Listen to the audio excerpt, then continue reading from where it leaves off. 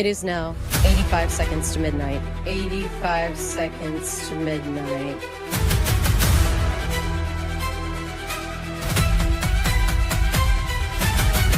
"85 seconds to midnight.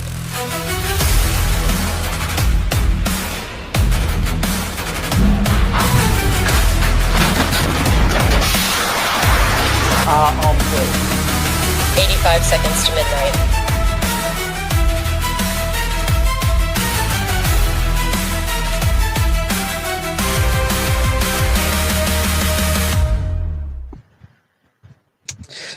Yes, we're back. Preppers Fireside. This is technically season 3, episode 1. All new fancy graphics, same bunch of idiots. So nothing's changed on the format. Just a couple of intros and outros changed and a new logo. So hopefully you like that. The rest of it, I'm not responsible for, as we say. So let's get the disclaimer up there before we go any further. Bombardier Andy has joined us again. How you doing, Andy? Yeah, good, mate. Yourself? I'm good. It's good to have you back with us. Thank you very much. And we've got Alan, the world survivalist. How you doing, Alan? How many cans in are we tonight? It's just a single bottle tonight. It's a one bottle podcast, this, I feel. You know? Right. So French, you're welcome tonight. Please get in, French people. You're okay. You're safe. And Brian, the Scottish prepper. Are you safe? Do you need a hard hat? Is there any lights above you we should be concerned about? Well, there's a plastic bag there. Now that you mention it, I'm going to move that in case I suffocate myself. The way things are going. I like how I get the accident-prone, stereotype, and it's Brian that keeps killing himself with lights on lives and stuff. They're staged though. That's so that other people get saved the pain. All right, that's okay. Have you noticed it only hits me in the head because there's nothing to damage in there? Next live, he's going to have the hard hat on. We get this special hard hat for him. And we've got also lots of people in the chat already. Great to see you all in here. Good to see so many green names and stuff like that. And our awesome moderators, Miss Worm's in there, Purple's in there. I believe Rift is going to be heading in at some point this evening as well. He's the big security guy. So Miss Worm points and he drags you out like the gorilla. So just be warned, be safe. Don't say anything that will piss YouTube off or piss off our moderators, and you'll be fine. With that said, subject is fuel, because it's on topic, right? The rising price of fuel at the moment. Before we get into the speculation and the what would we do if side of things, let's just talk about the current events of it. What's it like near you, Andy? Fuel prices, what have you seen over the last few weeks? Is it shot up there as well? Yeah, so it's probably went up, probably on average, mate, 10 pence. Yeah, about same here at the moment. And so this morning, mate, at Tesco, because with it being Mother's Day, went back to see Leanne's mum today. And so up here, mate, in Newcastle, it was 139, almost 140. But down in Bishop Auckland, mate, it was 133. Right. So because we were travelling back, we just wait till we got back to Bishop Auckland and filled up there. Yeah, it's starting to get to that point where it's suddenly worth it to look for the cheaper ones, isn't it? When it's not definitely a couple of pence difference. I think I'm seeing even bigger rises than that round here, to be honest. I think the cheapest I saw was 140, and it was 160 for my diesel today, and that was from a supermarket, not from a service, motorway services or anything like that. So it's a bit mental. Brian, you don't have that problem, right? You're battery powered. I'm not direct. Well, the generator's not. So I bought a few jerry cans of fuel, shall we say, the other week. Brian fits a diesel heater the week that diesel goes through the fucking roof.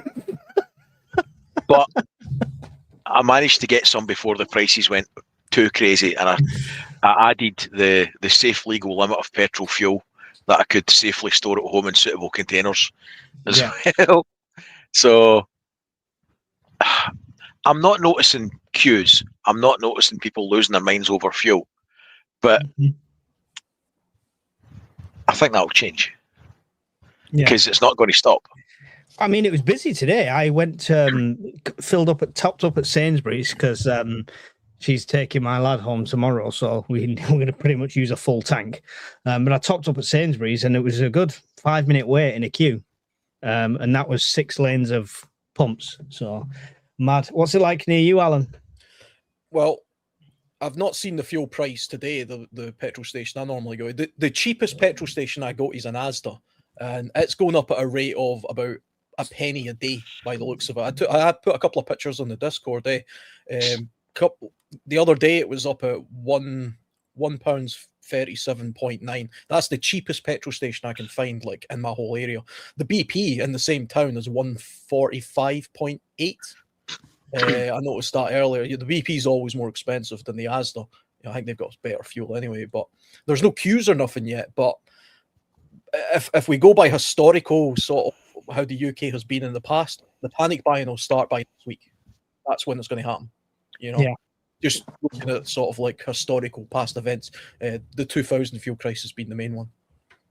Yeah, and it's more of an impact on the oil now than it was for the 2000 one. So it could be even worse. I think Maxi Max became a member of your channel, Brian. Yeah. Welcome to the madhouse. There you go. Join Brian's channel. It's cheaper, but get what you pay for, is what I say. Exactly. Thank you, Mike. I tell you what, see that 2000 fuel crisis, because I was reading about it earlier preparing for this podcast. Apparently the UK was only a week away, 6 days away from widespread economic collapse. And Britain's never ran out of fuel, but see, just because it was at the point where there was so much issues around it and panic buying and protests and stuff, apparently we were only 6 days away. And this time round, it could be potentially much worse. With less refining capacity for a start. Yeah, this is it. This is a very real threat all of a sudden, is it? It's not just fuel, though, right? It's gas as well. I think I had the stats up before, which the fertilizer ever. Yeah, I'm pretty sure gas has gone up 50% for the natural gas resources and stuff like that as well recently, as well as crude oil going up. It's the people that get. You know those people that get fuel delivered to their house? Oh, the heating oil, yeah. Yeah, the heating oil. I tell you what, like there was a guy on the radio the other day saying that it's £400 for him normally to get his thing filled up, and it's done automatically. He paid for it. He paid for the delivery, and was expecting it in the next couple of days. And then he checked the fuel price again, and it then said £800. It went up 100%. You know what I mean? And whoever he buys the oil off, he was just like, well, yeah, that's the price. It's like, how can it be the price? The oil is still in the country. That's not oil. That's not oil from overseas. You've literally just doubled the price. It's profiteering. He actually said, but I've already paid for it. I've paid for that oil. So even if you put it up now, that's not my problem. Like, no, we've changed it. And there was reports of people actually getting their oil filled up like automatically, and then getting the bill. Not realizing that it just went up a massive amount. So that needs investigated. Like the government needs to. They're cancelling deliveries. See your guy that you're talking about there. There's been widespread reports of people that had contracts, dates, agreed prices, getting the fuel delivery cancelled, and then saying we'll still deliver it, but we can't tell you how much it's going to be until after we've filled it. That's like buying a house, and you don't know the price till you get the keys. To be fair, it's the same as getting a power bank off Mike. You don't know what it's going to be charged. How long have you been saving these up, Andy? Is this going to be? Oh, you know what, mate? Last week, the one you did last week, there was you said that. What did you say? You said that Putin had spotted all Brian's power banks, so you're right, and he was a target. Threat. Yeah, and I was going to say to you, is that why you keep yours empty so Putin doesn't think you're a threat? Yeah, but you were itching at the screen, weren't you? All my power banks are charged right now. I'll have you know.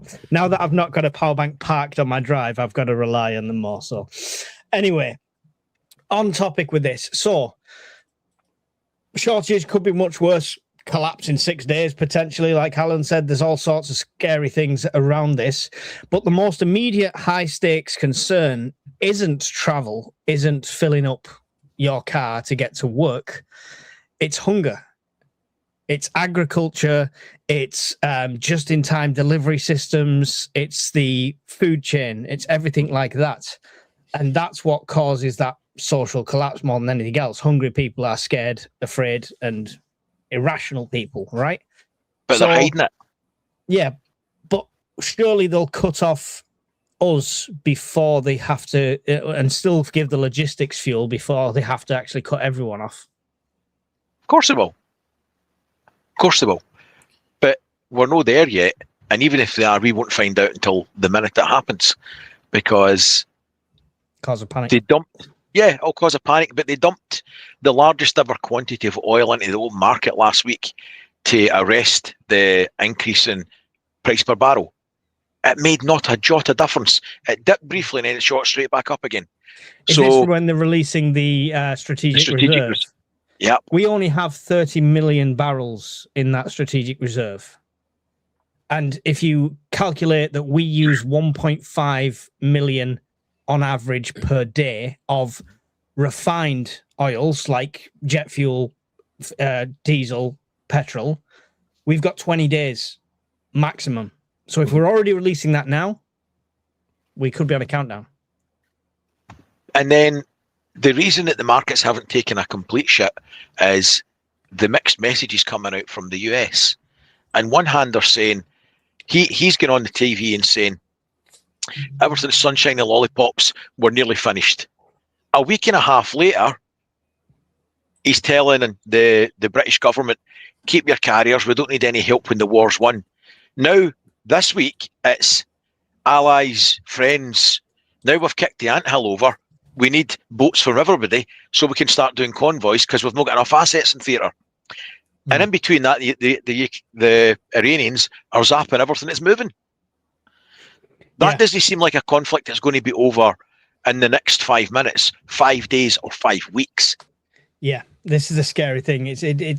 People are starting to realize that as well. So he says something, the markets like pick up again a bit, but as soon as it's like, hang on, obviously this is not the case, it soon drops again. Grumpy Adventures, has propane and butane gone up yet? Not sure. But just in case, I think me and Brian ordered the same ones, the gas for the camping stoves. Yeah. You get like 28 of them on Amazon. I gave Miss Worm the link. She might post it for you, but it's a bulk buy of 28 of them. They've still not gone up in price, so get them now. They're not expensive too. It's about 30 quid or something, 35 quid. It's like 27 or 28 quid. It works out almost £1, less than £1 a can. So cheap as. Yeah, for now. For now. When do you think we'll see that kind of price knock on, though, Andy? Do you think the food prices, are we going to see the same sort of thing we talked about with the oil, where people are going to put the prices up before they even have to profiteer in that small gap? I think any opportunity they'll get, mate, they'll whack prices up to make more money. Even like you guys said there, like Alan just said there, they've already bought that oil at a low price. And they're whacking it up already. So any opportunity they can get, mate, they will whack price up to make more profit. Because I mean, to be fair, mate, if you were, because most of the money that's made on petrol, on fuel, is fuel duty, isn't it, that the government gets? Oh yeah, massively. If they were that worried about people, mate, and things, they could just slash it, couldn't they, if they wanted to? In theory. Yeah. However, so this is where it's one or the other, because if you compensate and slash the prices, everyone's going to think, oh, wonderful, if they've cut the tax and fuel's going to stay the same price. But they're also worried about shortage, so the panic buying. At the moment, we're rationing through expense. So the more expensive it gets, the more naturally people will ration. Mm-hmm. You know, there's people that will put £20 in their car every week, no matter what. They don't look at the literage. They just put £20 in. Yeah. So it's a natural, the fact the price is going up is a natural way to ration it. And I think that's the way they'll go before they have to say, sorry, guys, no more fuel. To be fair, mate, you're giving the government a lot of credit there to think that they've actually come up with that idea themselves. I don't think they've come up with themselves. No, yeah, I agree that I don't think they come up with themselves. It's just what happens, right? Things get more expensive. Look at food; it's gone up 100. Some food's gone up 100% in the last year. I bet a lot of us, maybe not preppers as such, but I bet a lot of people shop less. The trolley's not quite as full as it used to be a year ago because of the price changes. So you're rationing food based on price as well. But that happened after COVID as well, when the prices went on to the average people monthly paid would maybe get a big shop at the end of the month, That stopped and it went to a week.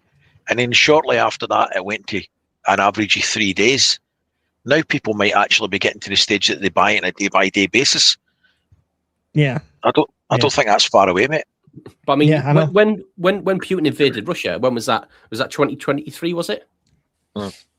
22, 23? Was it? I'm sure it's 22. 3 years. I can remember. 22, So petrol then mate went up to £2 a litre, yeah. and everybody Yeah. seems to forget that really very very quickly. How quickly that exploded to £2 a litre. Yeah, it was 204 and 203. I remember Yeah. seeing the pictures of it and stuff like that. Yeah. And yeah, so it's we get too used to it, right? And it's too much of a shock to us. So Do you know the only silver cloud, if there is one out of this whole shit show? I don't know if it's by design or by accident. We're coming out of winter. Yeah. So we're coming out of winter. So the gas one, where it was like 70% price hike straight away, if that was at the start of winter, around about November, December, and it had lasted for 3-4 months, we would be having power cuts. yeah. I mean, it's not to say we won't. We definitely won't, because it's not winter. I mean, the weather, we have a cold snap coming in this week apparently, and we've seen how quickly that can happen. So yeah, it's not good. Alan, the strategic reserve being released, like we just mentioned, I think it was how many million barrels was it? It was something like 400 million, I think, wasn't it? 400 million. We had, Yeah. and UK was part of that, but it hasn't told us how much of a part, and we've only got 30 million in reserve. Yeah, and like you say, it didn't do a damn thing to the markets. I checked the gold price, not the gold price, the oil price today, and it's sitting at just under $100. I think it did peak at one point at 114 or something. 115 it went to, yeah. So it dropped slightly after when the announcement happened. Then the release happened, and then it didn't really do anything, and it's been fluctuating slightly since then. Oil companies don't like oil to go above, I think it's 130. I think that's when they start having problems. Like you'd think the more that oil was worth, the better off they'd be, but the demand for it becomes less, so it doesn't work that way. It can get too expensive. And we'll start seeing, the way we will start noticing it in our food supply is foods that take, there's a lot of mileage on it. There are pineapples and some bananas and fruits and things like that, exotic stuff, olive oils and stuff. You'll start seeing a shortage of them, or a steady increase in the price to compensate for the logistical cost. Because it takes, I think from what I was reading earlier, the knock-on effect, by the time it gets to logistics, it takes about 2 weeks to get to that point. So the very first thing you see is the price hike at the pumps, because the oil companies just take advantage of that. That's just pure greed. That's not because of a shortage. And you see it at the shells before you see it at the supermarkets. So the shell and like the total and stuff like that, they do it first. Yeah, because the logistics companies aren't paying at the pump generally. They have bunker fuel usually. Some of them are, but the bunker fuel price is priced differently to what that is at the pump. But we'll start seeing the knock-on effect of that, and then we'll eventually start seeing a shortage in that stuff as well. And like you say, the UK will prioritise its fuel for utilities, then the emergency services, hospital generators, the military, that kind of stuff. And if we see an uptake in our military activity, well, then we're going to see more of a demand for fuel from the UK. Those ships that are leaving the UK, that ship that's leaving the UK. It's left now, isn't it? It's set off now, isn't it? Oh, well. It was in the channel for 3 days, though. In about 3 weeks, when they can muster another ship, they're going to have to fuel it up. So The RFA ship that's based in Gibraltar, it's been sent out for training drills just now. So we can't even send another warship. We're going to use a fleet auxiliary vessel and send that out instead. No carriers or anything. We are seeing panic buying in other countries, by the way. It's happening in Pakistan, and there's 2 provinces in India that have got a severe fuel shortage at the moment. That's part of the knock-on effect of that. And I think at some point soon, the reason the Americans aren't rolling out boots on the ground, because I think they're going to take that little island. There's an island in Iran, near Iran, called, is it Kurg Island or something? He mentioned it today, didn't he? Yeah, but they're going to have to hold it. They're going to have to take it, and that means they're going to put Delta Force or Navy SEALs or somebody. They've got a Marine Expeditionary Force of 2,500, I believe, already on the way. I think Yeah. we're going to see the occupation of that island because that accounts for what 90% of the crude oil exports in Iran, and that will cripple them, completely cripple them. But I don't know how they'll hold that. I don't know how. That seems like a bloody nightmare scenario. But Trump's a bit of a wild man. Wasn't me. It was Sleepy Joe's war. He made me put the troops there. It's all his fault. Yeah. Andy, we mentioned the ships going out and stuff like that. Is it a testament to how unready we are, how long it took us to get that ship out? Yeah, and we've got nothing else. So that's one of our only anti-missile things as well, right? Yeah. So technically we have 4.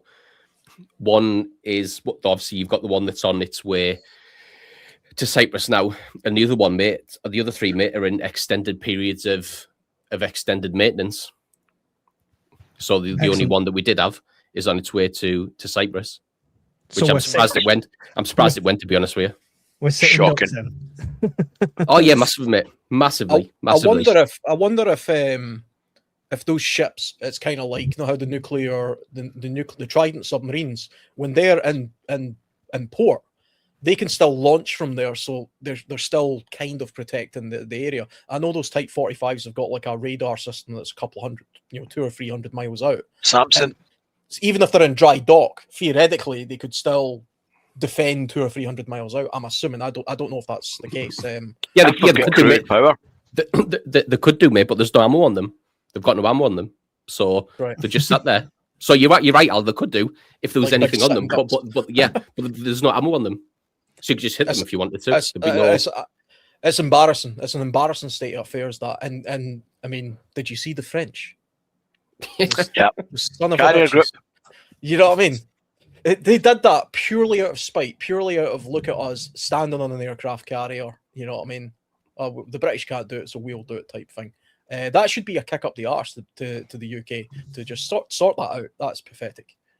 We need to It's a strange boat, though. We need to start ruling the waves a bit more. Build a bloody armada. Start sending ships to the Straits and protecting our interests, because that's what we should be doing. We've been relying on the US so much. It's weak and pathetic. With The this only government, impressive you've no armada. chance. Sorry, Mike. I was just going to say, with this government, you've no chance. Carry on. The only impressive armada you see is crossing the English Channel every fucking day, and they're all British boats. I mean, they're not even that you have. So even the Americans, mate, with that Patriot missile system they're using to take down the drones. So Raytheon, mate, can only make 600 of those missiles a year, of those Patriot ones. They've just upped it and said, starting from this year, they can potentially knock out 2,000 a year. But if you think about, mate, for the past 3 years, they've only been making 600 a year. How many of them do you think they've got left? Can't be many. Well, Exactly, mate. So they're exactly. So they're in a precarious position as well, mate. We're taking these drones out, and I guarantee you, mate, Iran's got more than 1,800 drones. Yeah, Iran will just be digging in just now, waiting for it to be over. Yeah. That's the sensible thing to do. Yeah. Because every time they send something for a launcher, the launcher gets targeted because they can see it, and then they hit it. So if I was them, I would just, everything I've got on the ground, just leave it there. Wait, the Americans eventually will leave. Trump will probably just say, "Oh, mission complete. It was a big success," and then literally leave. Then the Iranians have got all the time in the world to start their, sending what they've got left to all the neighboring Gulf countries in order to cripple the oil supply further. To be fair, mate, I think the instant he puts US Marines on that island, and a couple of those Marines end up dying, mate, that's going to be the end of Trump. Political wise, yeah, because there is no way. The only thing, mate, that the Americans hate more than anything is their lads dying in a foreign war. They hate it, absolutely cannot stand it. And he's to be fair, mate, he got away with the 4 servicemen who died at the beginning of when this conflict started. He was lucky to get away with that, especially the way he addressed it in the White House. Didn't even acknowledge the lads until I think it was the 5th point he made. So the instant you have 2,500 Marines on that, politically, mate, it would be suicide for him, I personally think. Because the instant you have US Marines, mate, dying en masse on that island, he's not going to... I don't know who would support him then, to be fair, mate. Even when you've got... difficult one because I know nobody wants to see their own boys dying and stuff like that. But on the other hand, historically, a wartime leader is a lot more popular because it stirs up patriotism and stuff like that. Yeah, But true, mate. Trump ran on a ticket of never doing it, though, didn't he? Yeah, and the thing is of that as well is, mate, he said that he took out the nuclear deterrent, didn't he? He said Last he did year. that, without losing anyone. And the whole difference with a wartime leader always do well. That is because, mate, by and large, America have been attacked, haven't they? Yeah. So 9/11, Bush did well because they were attacked. Then he went to Afghan, etc., etc. Iran, mate. It wasn't until Pearl Harbor to decide Exactly, mate. Yeah, in World War II. Yeah, nobody from Iran has attacked. I know we always say, don't we, about the USS Cole, and we say about those things, but Americans on the ground, like Native Americans, haven't had anything to do with Iran. For them to get fired up to say, yeah, we want to see 2,500 US Marines on Karg Island. I look for But nobody's talking about Epstein. Well, I look for my tinfoil hat. Would that not say Black Swan event kind of thing? Would it not say? Do you not think it'll be a fake attack on the USA to justify that?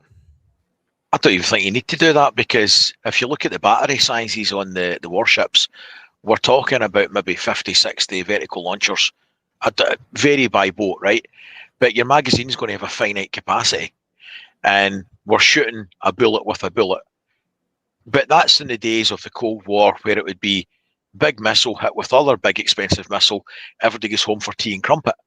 That day's over. Ukraine has seen a sea change in modern warfare from cheap, shitty 50 grand drones taking out warships. That's why the Russian Black Sea Fleet returned to port.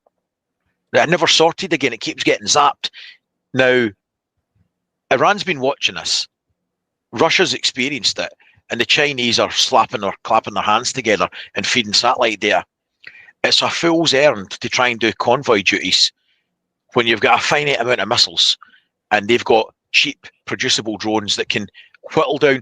What if they just keep doing drone swarms, expend the magazines and the ships? Where do they go to resupply? How many resupplies have they got? And what replaces the ships that are getting resupplied unless they resupply them in theatre whilst under fire? At some point, they're going to get hit. And every vessel that gets hit weakens the area defences. Yeah. I don't think it would take much to see them go home. You can't win a war. Breaking news. Welsh preppers in a hotel. It's just like when he served.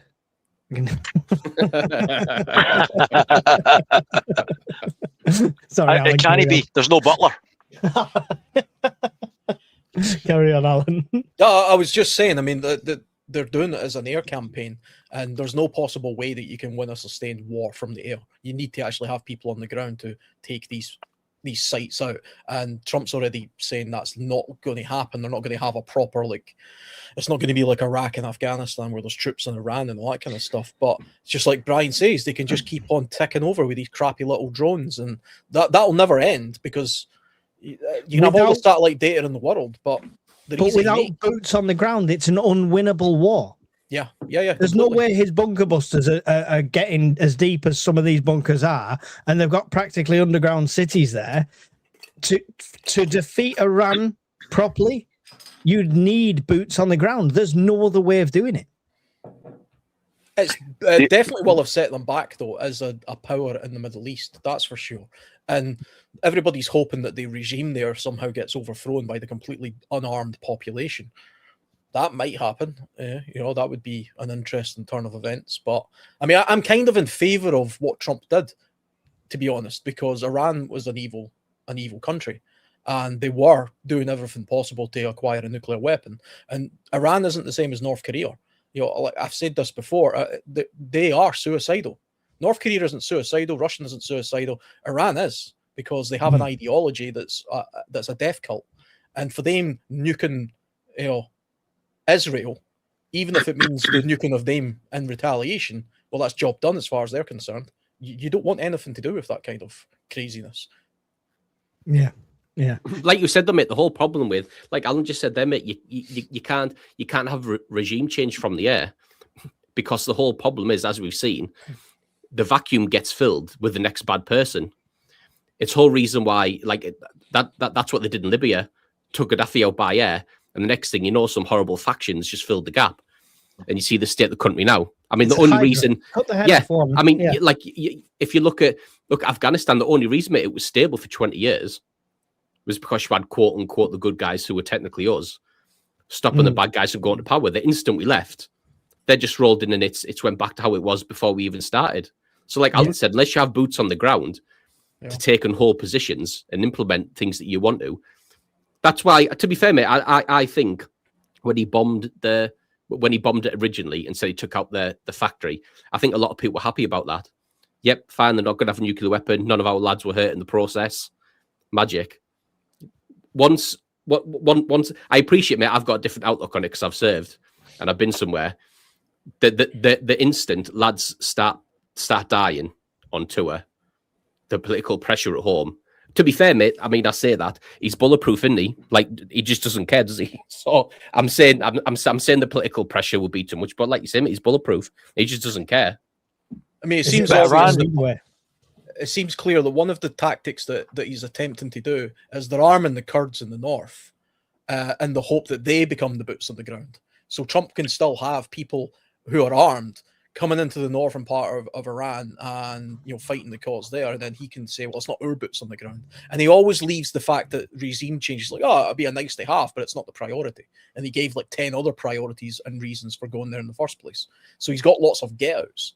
I don't think the war will go on more than 2 months because then it has to go to Congress. It'll stop before then, I believe, you know, because I don't think it'll even get through Congress. But if the Kurds don't manage to do that, and it's very unlikely that they are, I think, especially with the many enemies they have, including Turkey, I just don't see how anybody can overtake the Iranian regime, given that it's a completely unarmed population pretty much. But Iran is different from Afghanistan. Afghanistan was always going to be the way it is because it's always just been a complete sort of Taliban mentality, sort of run down.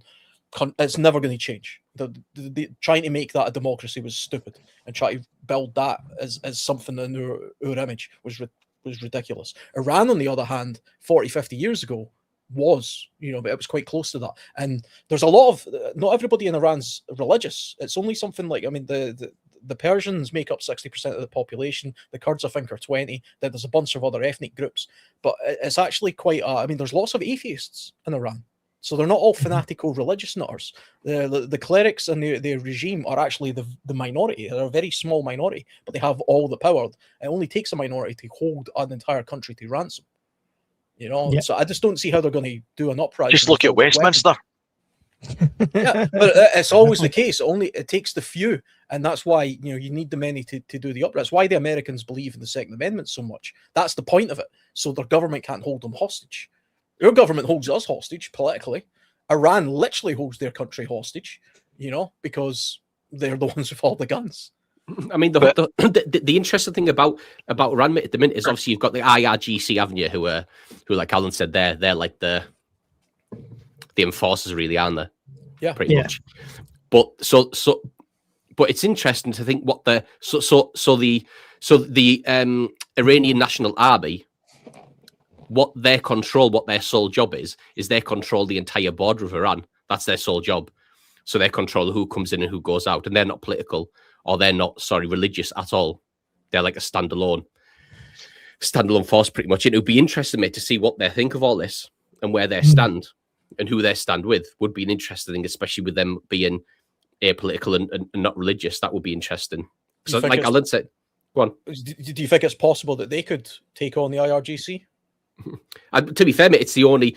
When I was thinking about it the other day, it's the only possible force that you've got who could do anything, because like you say, the rest of the country's unarmed, so the only potential you've got is for the National Army to go against them, with them not being anything related to them. So, but you never hear of them, do you? Like, you never hear anything I wonder if they're more loyal to the is it Crown Prince, the title is of the guy that's in exile. I'm not sure if it's Crown Prince or King or whatever it is. It was a long time ago, though. He left like 50 years ago. Well, it was his father. He's been making speeches and stuff about returning and stuff like that. Maybe that's what stirs up that guard. So I don't know. Mm. I don't know. Someone said as well, I had to have a look at this. The HMS Victory is listed as one of our 52 vessels fleet, and I've been on that. It's like 250-year-old ship kind of thing, and I've just looked there. HMS Victory, 104-gun first-rate wooden sailing ship of the line. She is still the world's oldest naval vessel, still in commission. We're getting to a point where we'll probably send that. What we need is 300 reenactors to report to. A couple of big cannons on the side to protect, Well, it's got all the cannons, it's got all the rifles, it's got the spindles with the Navy Colt type revolvers and stuff like that in case they get boarded. It's fully armed. Is that the ship that's parked up in Dundee? Portsmouth. There's a ship in Dundee that's pretty old as well. I thought that was maybe it, but Oh, the Victory's in Portsmouth. I think the other one down there is the Warrior, but I can't remember off the top of my head. But yeah, that's mad. Can you imagine? Well, that's what we get down to. We're sending our only working ship to potentially get sunk in the Strait of Hormuz. The next one we send is the HMS Victory. We may as well just all put red fucking coats on. But it's going to boil down to timescales and history. And it's definitely going to boil down to history if they're sailing that out. If we said that. But if you look at the lessons that should have been learned over the last 20 years, you don't need to win, you just need to outlast. So Iraq, all you had to do was outlast, because the Western forces eventually will leave. There's no appetite for a protracted conflict. Although Afghan was a long, long time. Iraq, there's still troops there, but not in huge numbers and not coming home in body bags, which doesn't make for good evening time dinner TV. But so it's like Afghan though. Iran's very much like that, where they'll all just go underground. You'd have to have boots on the ground, and they'd be constantly under threat. There'd be IEDs everywhere. That's not going to happen. But we're talking about the Kurds coming in from the north, right? Well, here's the other life lesson that should be learned well. When everybody was promised support when Iraq happened, and they never got support, and they got chemical weapons dropped on them. When the Northern Alliance went into Afghan, and then everybody cut and run and left them and their families, and everybody else was getting murdered. Where is the life lesson here for people to actually give you support? Because they will know at some point, we're just going to leave, and you've still got to live there. So I think it's going to boil down to survival and choices, and the lesser of the two evils is to dig a big hole and hope it all goes away. Pete Hegseth is already saying that they're talking about an exit plan. He's already hinting at it, So it's going to happen. They're literally just going to bloody leave one day and say, "Yep, job done, we won." That is what's going to happen. Trump will lose interest. Then take Greenland. Right. In the meantime, let's talk fuel. That's the topic, not war. 260 people in here. I really appreciate it. Whichever stream you're watching on, it's streaming to all the channels, World Survivalist, Scottish Prepper 73, and The Bombardier. Make sure you've hit like, make sure you subscribe to that channel, and take the time to go and subscribe to all the other ones. So how long do you think we have? I'll open it up. Anyone can jump in and answer. How long do you think we have currently before they have to start thinking about saving the fuel for emergency services and stuff like that? We're already burning through our military allowance for fuel, because if anybody watches Flight Radar like I do, the RAF are very busy in the last 3 or 4 weeks just on training alone. So how long do you think we have? Anyone like to hazard? 3 weeks. I think it's a bit more than that. I think it would be 3 weeks before you see choices being forced on you. But there's so many variables in that. You would have to see a lot more tankers and infrastructure. If you see long-term changes happening, as in refineries getting hit that are going to take months, if not years of reconstruction, those big changes will have big effects on our side of the pond. So if we see more of those, then the timescale will change. If we don't see more of those, then it'll be weeks, if ever, in my humble opinion. We've already had some of those, though, right? We're already saying that the production's going to be 100 million barrels less with what's already been hit. So Yeah, but to an extent, all that's doing is pushing up prices on the market, making the market volatile, and the traders nervous, which will have an effect there you on go. inflation. Sorry, I found the note. Knew I had the number somewhere. The International Energy Agency estimates that the production is being curtailed by as much as 10 million barrels a day due to the damage to infrastructure and shipping blockages so far.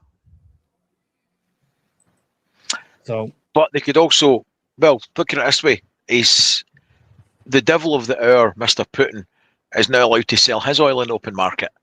So he's just loving it. He's loving it's life. farcical. The whole thing is just nonsense. I bet Ukraine's absolutely fuming at that. It's just been announced and skirted over since, right? Nobody said much else, but yeah, they've just took the gloves off there. What do you say? But we just need to get through it, like here as well. But we don't know what's going to happen. So you're kind of planning for the worst and hoping for the best. Exactly. So how do we plan for the worst? So bar putting fuel, filling up all the tanks you've got and a couple of jerry cans, Alan, what else can we do? Sit, wait and hope? What can we do thinking about a time where they've stopped us having fuel? I mean, it's one of these things where it's out of our control. There's nothing we can do to control what's inevitably happening. I don't know the exact timescales of anything. Before I came on this podcast, I took a quick look at past events, and I was focusing on the crisis that took place back in 2000 because that had a timeline, and there's no reason I don't think it would be much different from that. According to that timeline, I've got it written here. It was within the first 1 to 2 weeks that we started seeing the fuel prices spike. That happens literally overnight. We've seen that because the fuel company, the petrol pumps, are just cashing in. Panic buying happens in sort of week 2, week 3, and then we start seeing a shortage at certain storage stations and things like that. After between 3 and 6 weeks, then you start seeing the freight costs surge because then the bunker fuel starts getting affected. They've got a lot more reserves than the average petrol station, stuff like that. So then you start seeing deliveries slowing down, supermarkets start reducing the variety of exotic things that have a lot of mileage on them and stuff like that, things that need to get flown in or taken on tankers. You start seeing a reduction in that. And then in 2000, it was only at the 2-month mark or between the 2 and the 3-month mark that you started seeing serious manufacturing disruption with production, manufacturing, proper food price inflation. Food price inflation happens after all of that stuff. And then you started seeing government rationing taking place after that. And like I say, we were apparently only 6 days away from complete economic collapse almost. And, that's why the government made all the deals and stuff that it had to make because it knew that. So going by that timeline, that means you've got 3 months, in total. And we're already, into week 2 now, really, maybe week 3. But we had more local production at that point and a local refinery, which we don't have anymore. So there's been some changes between now and then. Yeah, I mean, the only refinery in Scotland is mothballed. Yeah. You know what I mean? That's kaput as well. The ability to infill locally with our own resources has been curtailed. The ability to refine locally has been curtailed. Drawn heavily from Russia has been stopped, albeit they're now going to start buying oil and not sanction it. Even if that happens, there'll be people who refuse to buy it. And that's going to take time to ship. There's no big overnight fixes here, but there's overnight problems. But it takes a long time for there to be an actual fuel shortage. We're not short of fuel. Yeah. The reason we're having these problems is because fuel is globally priced. There's plenty. We still have lots of reserves in the North Sea. You just have to get it out of the ground. But we have the countries like Norway. Get it out of the ground, refine it, make it into usable fuel. It's a huge process. but Norway, we get a lot of fuel and stuff from Norway, and you can get stuff from the US. We don't get a lot of fuel from the Gulf, the UK. I can't remember the exact figure again, but it's something like 6% for gas. It's not a lot. But what we are subject to is the market predation. The market's a problem. Yes. But, and again, this is not just us. This is going to affect every country. So the countries we buy fuel off, we're not going to have as much to sell It's the themselves. instability. We're It's creating a shortage with the start of panic buying already. Yeah, it's Don't the domino forget, though, effect. you've got ships that are full of oil just now that will be actively getting turned around and sent to somebody that's prepared to pay more money. That is a thing. That happened before, and that will happen again. And we won't. And we won't. If only we had some sort of oil resources of our own. If only there was a way that this could have been, less of a problem for us. Yeah. Andy, no fuel. All gone. Cut off. Pumps are empty. No customers, please. How does that affect your life, your prepping, what you're doing now? And what would you put in place for that? I was thinking about this the other day, mate, when I watched that one you did last week. And up until this happens, we are preppers, aren't we? As soon as SHTF happens, or as soon as this happens, then you have to go over to Alan's mindset, because once something happens, you're then a survivalist. You're not a prepper anymore. All the stuff you've prepped up to that point makes you a prepper, but once you cross over that threshold, then you're a survivalist. For one of the, you know what I mean? Then things have to be put into place. So as soon as that does happen, mate, I appreciate I'm more extreme than most in that sense. But everything as soon as happen, mate, I don't store fuel, mate, anyway. I've got no fuel, I've got no generator, I've got anything like that. But everything from that place, mate, would be put onto ration basis. It would just have to be. Like I say, mate, the mindset from prep at survivalist has to occur as soon as that happens. Because as soon as the lights go off effectively, how are you going to prep? Your prep time's gone. No, yeah, prepping time's over. So, so you'd have to then implement the plan that you have in place that you've already done. So you would have to get the power banks out if you have them, get the candles out, your blackout box. You would then start. Yeah, you would do it. Yeah. Well, you'd be screwed. But yeah, so you would do it. Like I said, and everybody's plan will be different. Everybody's plan will be different, judging on experience, what preps you do have, power you have at hand. If you do have generators, well, whatever you have, everybody's plan's going to be different, and at what level you implement that plan is depending on how hard you want to go. If for example, if you think this shortage is only going to last a month, and you're willing to use your preps more, then that's your choice to make. It's then, if I did that, mate, then in a month's time and the crisis is still going on, it's Future Andy's problem, isn't it, effectively? So, fuck you, Future Andy. For me, I'm gonna live like a king. yeah. So for me, mate, if I was implementing my plan, I would always go on the extreme of stuff. So everything would be extremely rationed up until the point of you came out the other side. And if things do go back to normal, or if things did go back normally, you could go back to and start resetting yourself. But I would go worst case scenario personally, but I appreciate everyone's different to me. Yeah, because I think even preppers will have a level of normalcy bias, right? That in that first week where they've had to start tapping into preps, they'll be like, yeah, they'll get it sorted. It'll only be a couple of weeks. So they'll probably have that initial normalcy bias period where for a week they're just like, yeah, we'll have this, we'll eat this, we'll do this, I'll try this recipe, etc. And then it's after that week or two, they're like, maybe we should think about rationing a bit more. Do you know what you want to watch for? Hauliers going bankrupt. Transport companies who are on very, very tight margins for moving your goods throughout the country from point A to point B. They're going to be hit directly right now with existing contracts running at a fixed price. So you'll see them going to the wall. When you see transport companies going down the tubes, that's when worry. That'll be a big clue right there. The travel industry is already starting to get hit. The Philippines Airlines has just collapsed. There's at least 4 smaller travel companies based in the UK that have shut down over the last 3 weeks. One of them was Gold Crest Holidays. Anyone who's ever done one of their trips to Disneyland and stuff like that, that's gone now as well. All these things are already starting to happen for the travel. Guess what my job's in? The travel industry. Excellent. Mike's luck. You knew that was going to collapse first because I worked in it. Guess it's back to pole dancing for you. It is. No, don't say that. Then they'll close all those down, Brian. We'll have nowhere to go. I've never been in these places, Andy. How dare you? The very idea.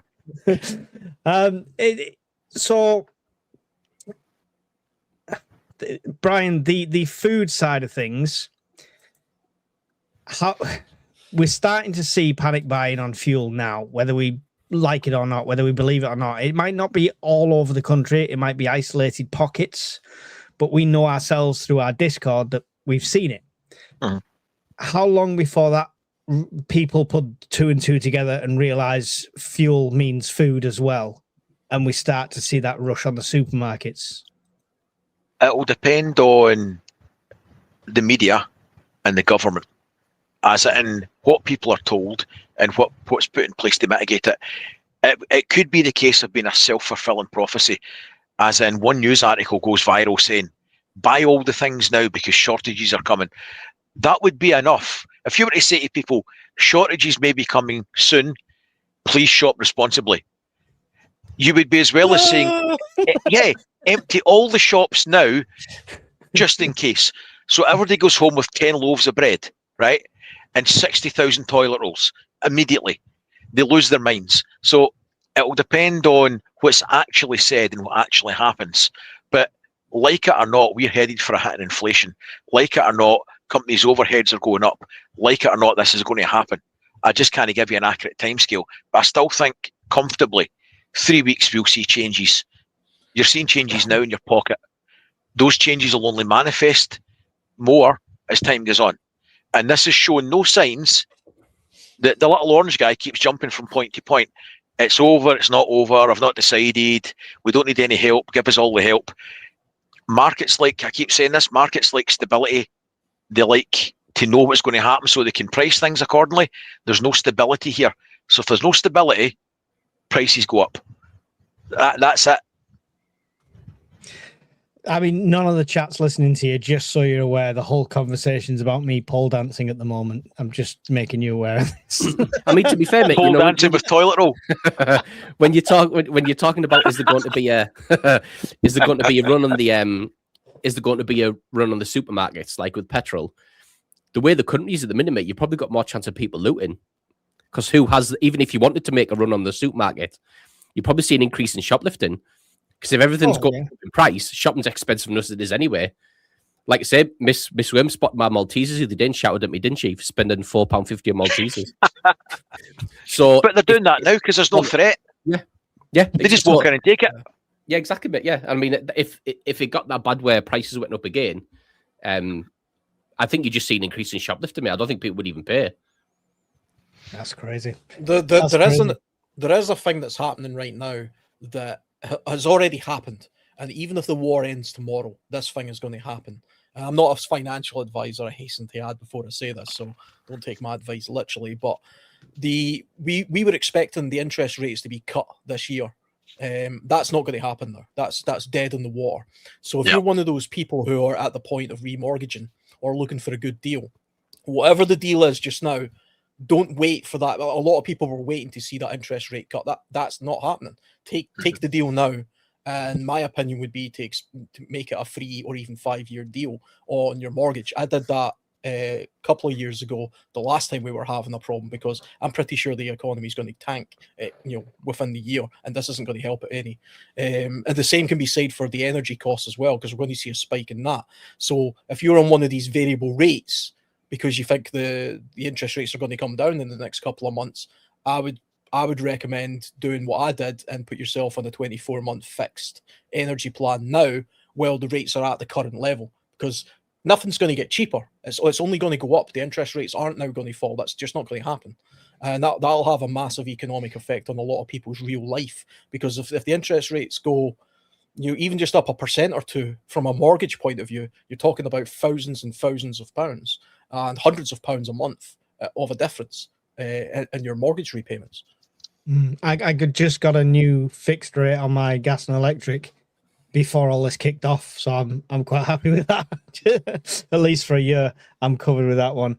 Riff says I could see drive-offs happening at the fuel pumps if the fuel hits 117 up. But I mean, 2 ways to look at that. We've seen £2 fuel, like was said earlier, and but yeah, like Andy, you said with shoplifting, fuel could be the one that the shoplifted as well, right? It's easy enough to do the drive-offs. And to be fair, mate, if people started doing that on scale, they'd just put a stop to it.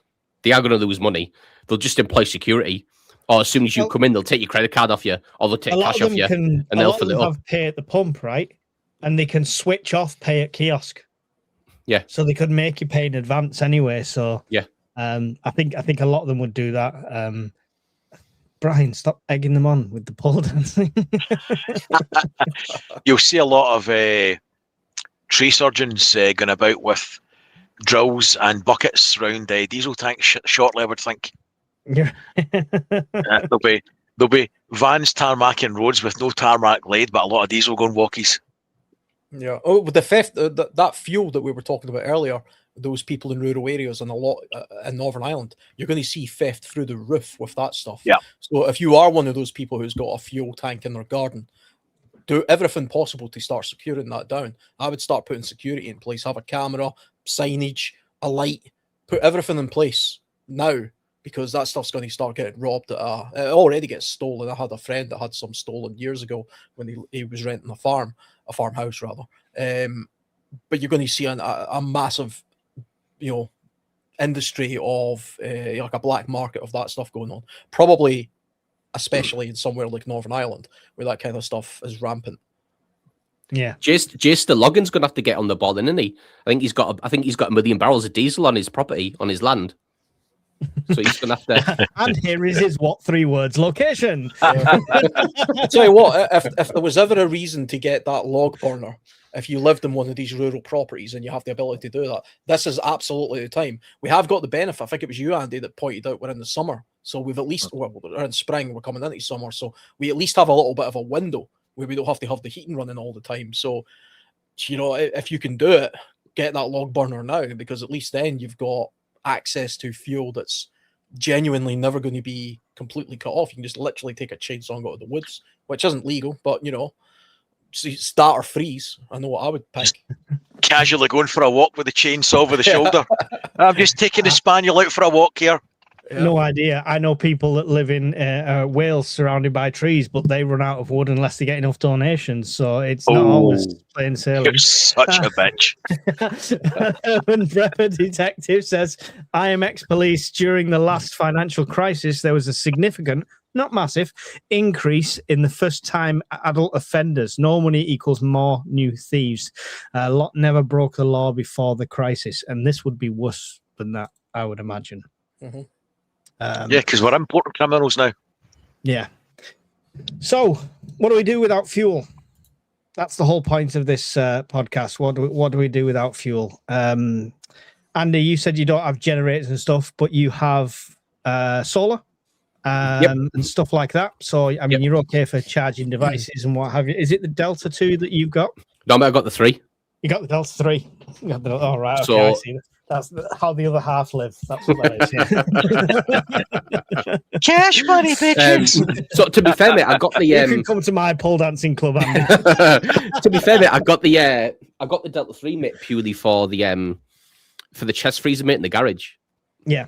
To keep that going as long as I could. To be fair, mate, I've got the C300 for charging phones. Thing. It's brilliant. To be fair, mate, that mate, I prefer that, mate, over the Delta 3. But that, at the moment, by the way, everybody, the Delta 2... It's not charged. Mine's charged. The Delta 2 is on spring sale at $399. The one Andy's on about, which I love as well, is on spring deal at $159 at the moment. So, worth $159. Yeah, there's the 3, yeah. Nice. Don't start holding power banks up. Brian will be there all day. I can stop buying them anytime I want to. What have you just purchased? What's that, for mate? A video. What have you just purchased for a video? Best 420 quid I've ever spent. Really? I'm going to buy one next. That's my next purchase. That. It's okay, actually. It's a decent enough unit. I just don't like the handle. The handle's absolute shit. Yeah. But like every power bank, there's things you don't like. So, living without fuel, how long before? I mean, what do they do with work? Do they try and do a lockdown situation where it's work from home if you can work from home, and furlough for people who can't? And how's that going to be funded?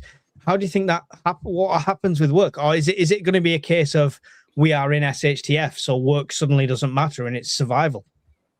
If it's that nuclear option that you've got shortages, the shortages, you could try and mitigate them. Simple things like car sharing or working from home. If you're like COVID, everybody will be a key worker. Jimmy the janitor overnight becomes Superman. He's going to work in his own underpants, right? He thinks he's a superhero because he puts sand on kids' vomit, right? That's the sort of shit that will happen again. So, but that, humour aside, if you've got nurses, etc., all needing to get to the wards and get to hospitals, the simple thing is car sharing. One, it saves them money, right? Because fuel will be through the roof. And two, it gets everybody to work. That would be encouraged, if not mandated. And if you work from home, you work from home. They're two things straight away that would solve a lot of your problems. Mm-hmm. And when there's no fuel at all, so like available to Joe Blogs, we've started reserving that for, emergency services and stuff like that. Does the country just shut down then? That would be a real problem. That would be an SHTF situation, because if it's only military and that sort of thing that's getting fuel, who's supplying the distribution centres for the warehouses to get the food to the shops? Then they've got to get from the RDCs to the shops, and then you've got to get to the shops to buy the produce. Mm-hmm. So if that's the situation we're in, we are an SHTF. Yep, indeed. I'm okay with that for about 6 months, so yeah, I'm all good. To be fair, mate, we've hardly got any military, so the military, mate, won't even use that much fuel.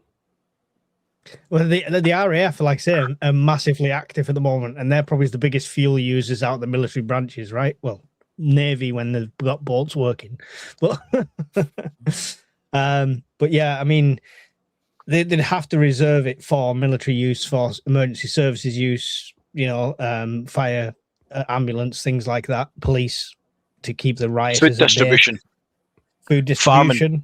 Yep, all of this thing. I mean, they're trying to kill farming anyway, right?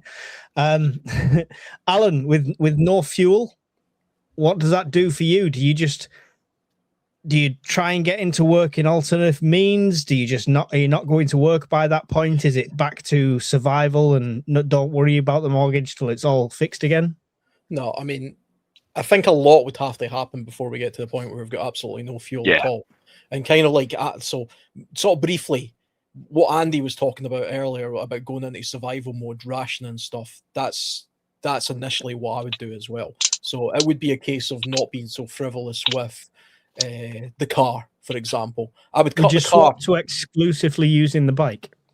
Well, because it's much more fuel efficient. Yeah. I was just thinking there, at what point would I ditch the car and use the bike, because it is incredibly fuel efficient. And it might be the case that initially what I would do, because I'm in the position where I have a motorcycle and I have a car. I don't live that far away from work. In reality, I could just bloody walk. It would take me half an hour. You know what I mean? But let's say I was a wee bit further away than that. I would relegate the car to a weekly bulk shop or a fortnightly bulk shop, and I would properly bulk buy. I wouldn't be going down to Tesco. I'd be trying to get to a Costco and buying things that I require in bulk at that point, and use the full used space of my car in order to do it. If I need to, I can use the bike, to the motorcycle, that is, to go that further distance if I was further away. If I was a serious commute. The benefit being it's still the summer months, and only if there's heavy snow does riding a bike become a bit of an issue. But other than that, I've found something for that. Yeah. Hey, I mean, this is what we all need.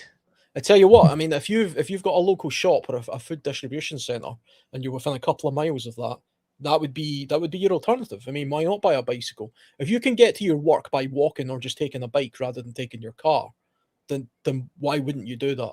And if we got to a point where we had literally no fuel whatsoever, we were fuel starved, lots of things would take place that we would have to adapt that we aren't even thinking about just now. So we would have to adapt to what everybody else is doing. There would probably be a single place where everybody collected their food parcels on a certain date, etc.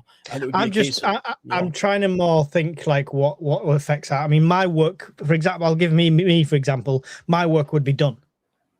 It's travel industry. Yeah, with no fuel, no travel. All right. So my work would be done. There'll be a skeleton crew in there like there was through COVID to take calls and apologize, which they can do from home. But what would it affect you? Like, would you think your work would carry on? Yeah, I work in logistics, heavy logistics and shipping. So yours would be the last to go. It would literally be the very last thing that would stop unless we stopped importing, which for our country would be an absolute nightmare scenario. That would be World War II style rationing and all the rest of it. So that'll never stop, and I can't work from home. I operate machines and stuff. They physically need the man to drive the stuff that I operate. That would happen, and I'm in a lucky position that it's walking distance, so I would go into that kind of mode. But like Andy was saying, you'd have to go into survival mode at this point. You're no longer a prepper. I mean, if you're living off the resources you've got there. I mean, I honestly don't think people prep a lot of fuel because it's a difficult thing to store. I mean, me personally, expensive thing to store. Yeah, I mean, because this is a thing for the past couple of weeks, I've filled my car up, I've filled my bike up, and I've filled up my bike's 2 jerry cans that I've got in the shed. I don't really want to go out and buy containers and stuff at the moment, but I am already looking at buying some containers, just the containers, in the assumption that if it carries on in the next couple of weeks, it might be a case of we're in a queue for 2 hours. Remember when the fuel strike happened? And then when you get to the pump, you're kind of restricted by how much you can pump. I've got a very small car, so I would I'd fill the car, then I'd fill those bloody jerry cans in the back seat, and then I would be on my way, and I'd probably get on my bike and go back around in a circle and do the exact same thing again. And I would do that a couple of times in the week in order to keep myself. Remember the carrier bag picture? You remember the guy with the carrier bag? The guy with the petrol in it. Yeah. I mean, to be fair, mate, if we are talking SHTF, where like the extreme versions, every military camp has its own POL point, its own petrol station. So if everyone bomb bursts and everyone leaves the camp and the camp's empty, and yet it's close enough by, you could go in there, and you could literally just go in, mate, and just fill your things up if the situation was that bad. Yeah, I mean, we're talking about like real SHTF there. If you're risky going into one of them, and I actually put 2 links up for tonight for the mods to share. One was a hand siphon and an electric siphon for that very reason. For completely legal acquisition of fuel. See, on the electric vehicle front, so people like myself thinking it's great, it'll not really affect me, but it will. Because electricity costs are going up, because energy costs are going up. That's going to be a factor for EV drivers as well as diesel and petrol drivers. So they'll not be isolated from this. Could you charge your EV through solar, Bri, or not? Not directly, but you can through your power bank. So you could. The batteries in the domestic side of the system is about 22 kilowatt hours. So between March and roughly September, October, we don't pay for any power at all. We are more or less grid independent at that point. So in theory, I could still run the house side of things and put in about 10 kilowatts of charge into the car every day if I had to. So you could still be mobile. Yeah. But if you really wanted to, if you've got, like, see your Delta 3 there, you could get the crappy 3-pin plug, so like the 7 kilowatt charger for your electric car. Plug that into your Delta 2 or Delta 3, put your 4 over panel solar panels out, and trickle charge your EV charger that way. Now, it's going to take a bit of time, but you would have a viable vehicle solution there. Yeah. Not like you used to have, but you would have a vehicle. Yeah, I've not anymore. Got rid of the electric vehicle. Thank God. I mean, the whole thing for me, mate, was storing fuel. I would only store fuel if I had a generator. Because if things are that bad, where am I going in my car? Realistically, for me personally, not anyone else. If things were Mike's that bad, dancing club. You're doing it via Zoom. Shake those cans, baby. So, I mean, other than stocking up on fuel, how else do we prepare for it? I mean, is it solar? Is that the way to go? Because at the end of the day, getting to work's much less important than keeping the lights on and keeping warm, right? To be fair, Can I mate, be honest? it depends what you want to Sorry. do, doesn't it? It depends what you want to do. If you want to keep your phones charged and you want to keep your tablets charged for the kids and that type of stuff, then all you need is a C300 and 100 watt fallen panel to keep that going. You know what I mean? If you want to keep the TV going and you want a DVD player going or something like that for the kids, then you need something bigger. Like it's all dependent on what you want to run. Like you don't need, you know what I mean? You don't need X, Y, and Z if you just want to keep your phone on the go, listen to music or whatever. Yeah. Brian, what were you going to say there before? It was probably a lie, mate, because I forgot. What this specific crisis, other than the fuel element of it, doesn't really change how we would prep anyway. Or I don't think it should change how you would prep, because like everything that's out the ordinary, not even accelerate it. I would accelerate my fuel preparations. And if you, because it all depends on what everybody's got resource-wise and what their needs are, because these things only happen like the week before payday. They never happen when your bank account's full to the gunnels. It only happens when you've got no money, because that's how it is. That's when bad things always happen. The dog gets sick when you've got no money, or a bill comes in, or the car breaks when you've no money. That's how life is. That aside, telling me this. We prep for things that happen and unexpected. Goes wrong every Tuesday. But you prep for shortages. That is the whole premise of prepping. Out the ordinary shortages. What we are talking about is supply chain disruption to food prices, inflation, shortages of that nature, and shortages of specific like fuel. So this isn't anything out of the ordinary for us, or it shouldn't be. The only thing I would suggest people should be changing is how they fuel their vehicle. Specifically, if you go to work one day, see on your way home, you should be filling the car back up. I don't care if you've only used quarter a tank of petrol or diesel. Go fill it back up on the way home. Until this shit's all over, that should be a habit. Every day before you go home, fill the car back up to the top every day. Never mind this. Don't let it get below half. That's still half empty. Get it filled. I'll add a caveat that the cost of living's killing us all. A lot of people can't do it, Brian. I get that. My tank's full right now, but she's got to do a run to South Wales and back tomorrow, and I can't fill that whole thing back up. You're actually saving money. You're saving money with fuel if you're using it anyway.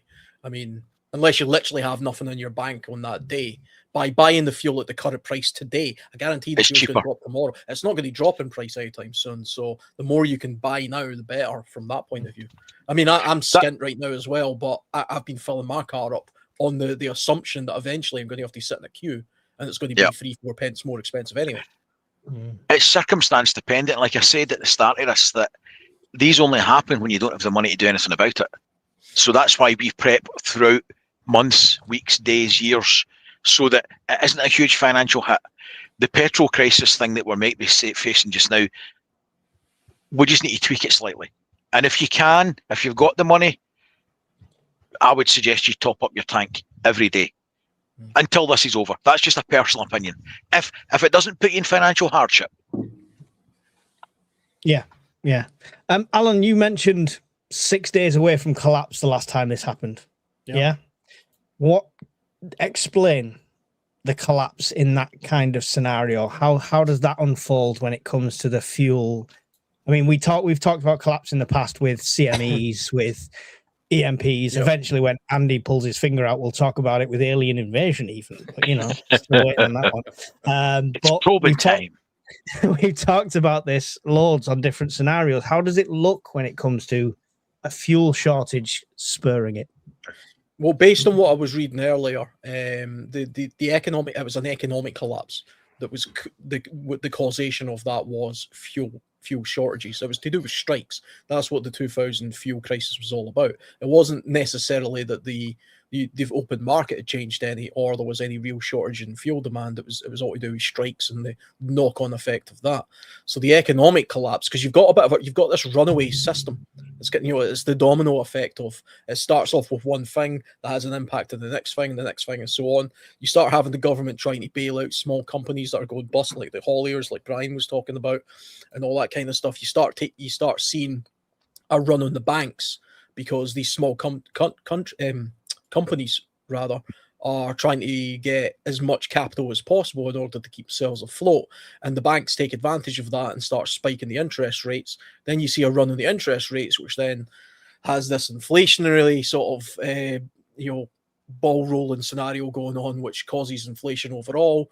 That peaks with the interest rates, and then you've got people not being able to afford their remortgages, and you can see how it just keeps on going. And it only takes to the point where you're at the government is forcing rationing of something like fuel, or getting the army out to sort of fill up petrol stations, which is what they did in the year 2000. I was still in school when that happened. I remember seeing army trucks going into petrol stations.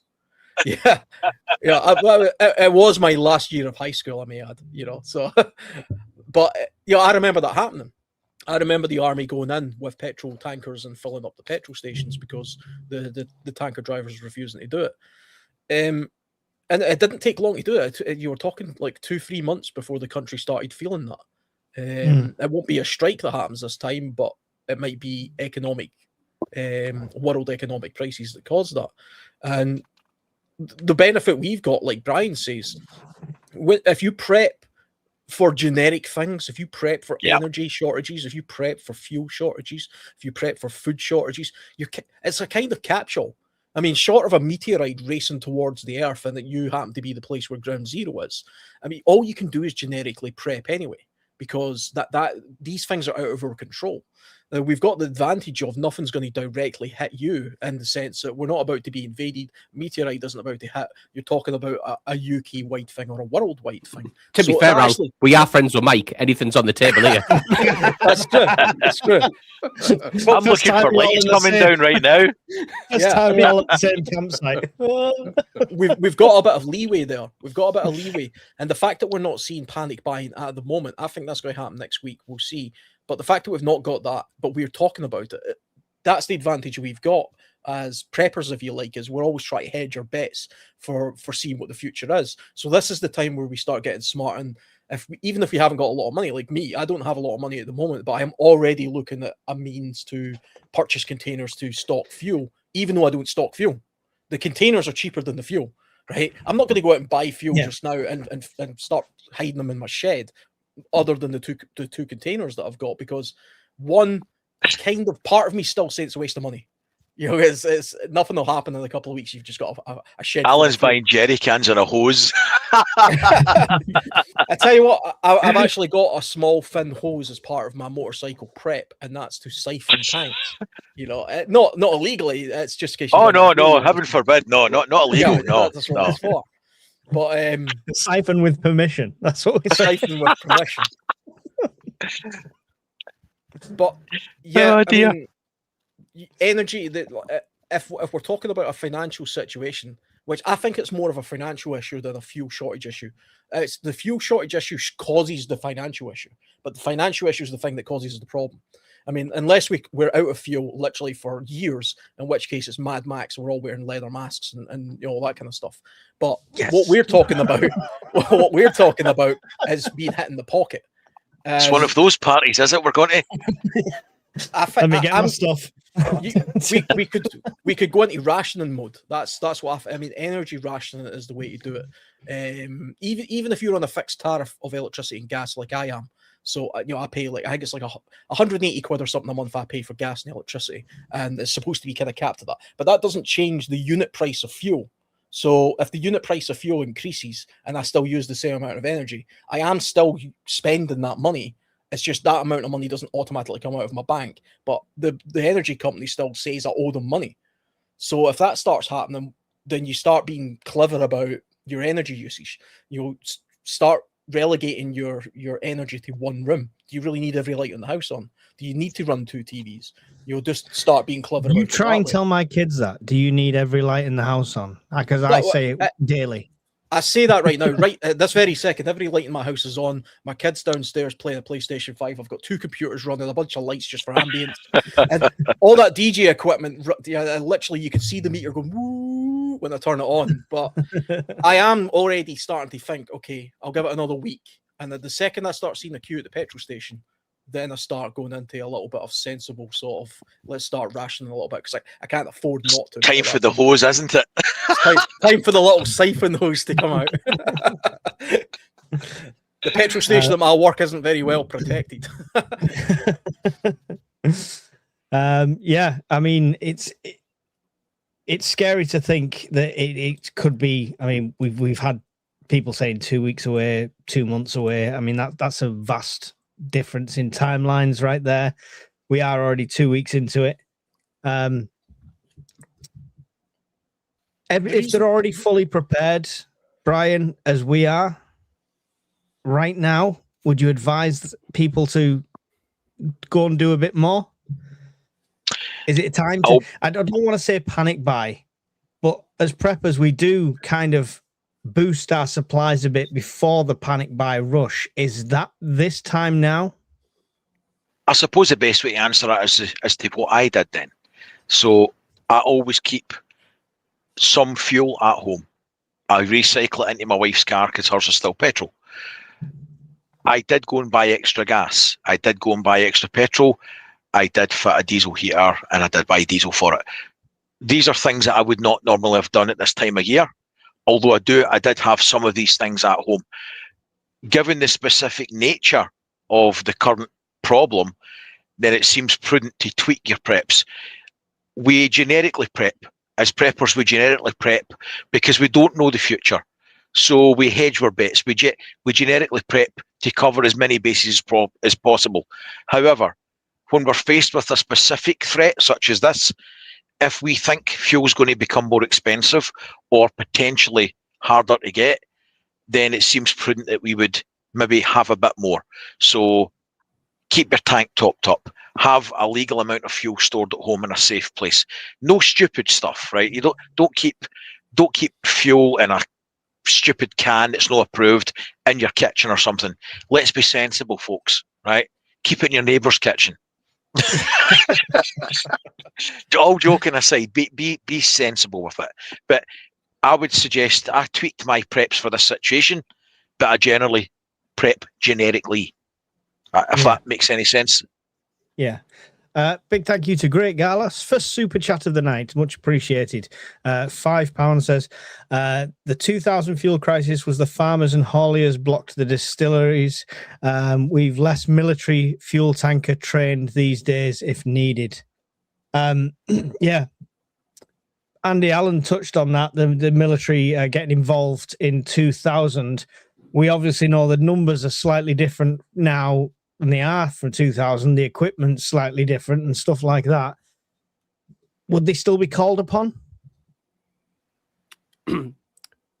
Probably, but the issue you would have there, mate, would be in terms of if they were called upon, mate, it would be going to critical infrastructure. It wouldn't be going to the petrol station, so you could fill your car up. Do you know what I mean? Yeah. So yeah, the 100% mate, they would be called up, but it would be going to things like Alan and Brian said, mate, it would be going to support things like hospitals, critical infrastructure. That's where it would be shipped to, mate. They wouldn't be driving to Tesco and filling up the local petrol station so you can fill your car up. Yeah. In my opinion, that's what it would be. Have you had any murmurings from any squaddy friends that about what's going on in Iran? Anything like that? No, absolutely not, mate. No, it's from their opinion, mate. It's a non-starter. That's what they think. Yeah, it's a non-starter. Like so. If you look at there's a local TA base, mate, near me, and there is 10 man trucks, like 10 HEV trucks, yeah, along the side. You can see them from the motorway, and in the window, mate, like so it'll either be green, amber, or red, ready state, yeah, and 9 of those trucks, mate, are red. Which means they can't go anywhere missing parts, missing maintenance, missing something, and there's one truck, mate, that's ready to go. So if you think that's, and if people don't think, mate, that is representative of most of the state of equipment in the country, that's what it is. That's a small snapshot of where I live, mate. I can guarantee you now that is representative of most army bases on the country. It's appalling. I ask because yet again, with this Iran thing, with everything going on, I've seen more tabloids. Well, it's tabloids, so obviously take it with a pinch of salt. Talk of, to boost our military, we need conscription, and they're talking about it again, which we've already said is a bad idea. But this government's famous for bad ideas, so think of it this way, right, mate, with the whole conscription thing, right?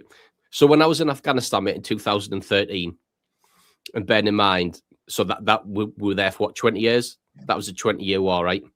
Mm-hmm. When I flew into Afghanistan, somebody who was leaving handed me their body armor plates, right? I then flew out to Mob Price, as it was then, Fob Price, yeah? When I flew back on Arana, I had to hand them plates to someone else who'd just come in because there wasn't enough body armor plates to go around. So even when I was on R&R, I had to hand them back in so somebody could have them. So if you think about it, mate, that's how bad it was back then when we were fighting. How bad do you think it is now? So even if they brought conscription in, you would honestly, mate, if they brought conscription in, they would honestly, mate, your joining instruction would say you need to arrive with your own set of boots, your own uniform, your own rifle, if you have one.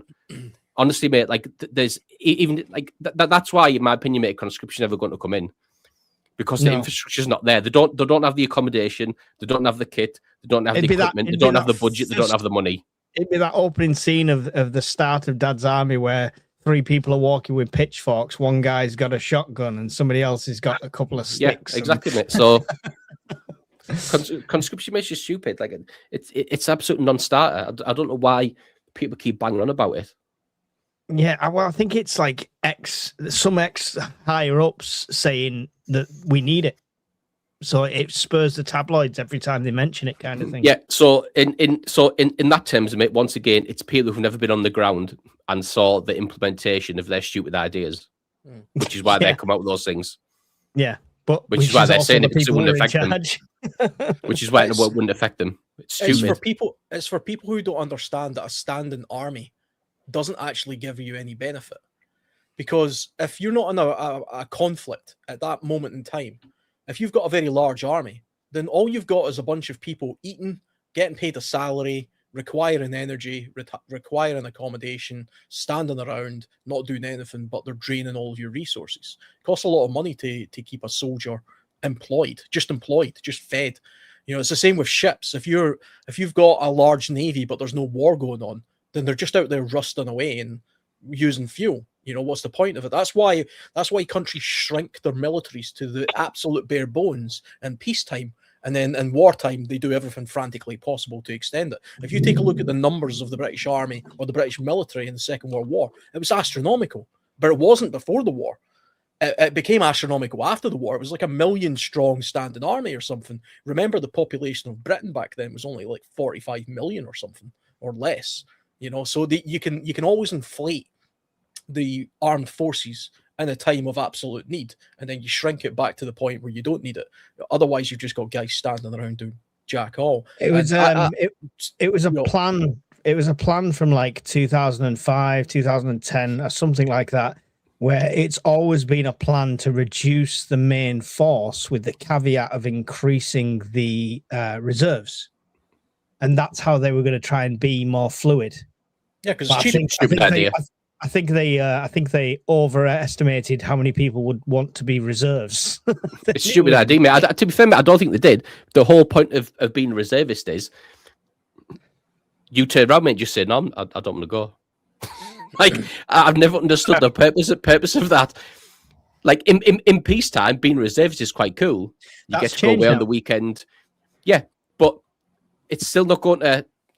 I've just never understood, mate, the whole. To be fair, mate, what Alan's just said there is the reason why the army's in the state it is now. Yeah, I tell you what, just a sort of anecdotal thing as well. My brother's a reservist. He was in the Royal Signals for 6 years, and then he left, and he's a reservist just now. And he was on there was an exercise a couple of weeks ago where they organised for him to hire a car, and then he was to drive down to Wales to do this exercise that they were doing. And when he got there, they says to him, he was the only reservist there, everybody else was regular. And they say, so have you got this? I can't remember what he called it. It was some sort of training thing which makes you deployable. And he says, no, I haven't got that because I'm not deploying, so I don't need it. And they're like, but you can't do the exercise if you haven't got it. And like, but he's never told me that when I came down here. And he says, we emailed it. But because he's a reservist, he hasn't got access to the emails because that's restricted. So he literally went all the way down to Wales. They paid for this. They paid for him to hire a car, go to Wales, get accommodation there to do a 2-week exercise that he wasn't allowed to take part in. So they literally just had him like standing with a bloody high-vis vest on, sort of guiding guys as they tab by and all that kind of nonsense. Total waste of time.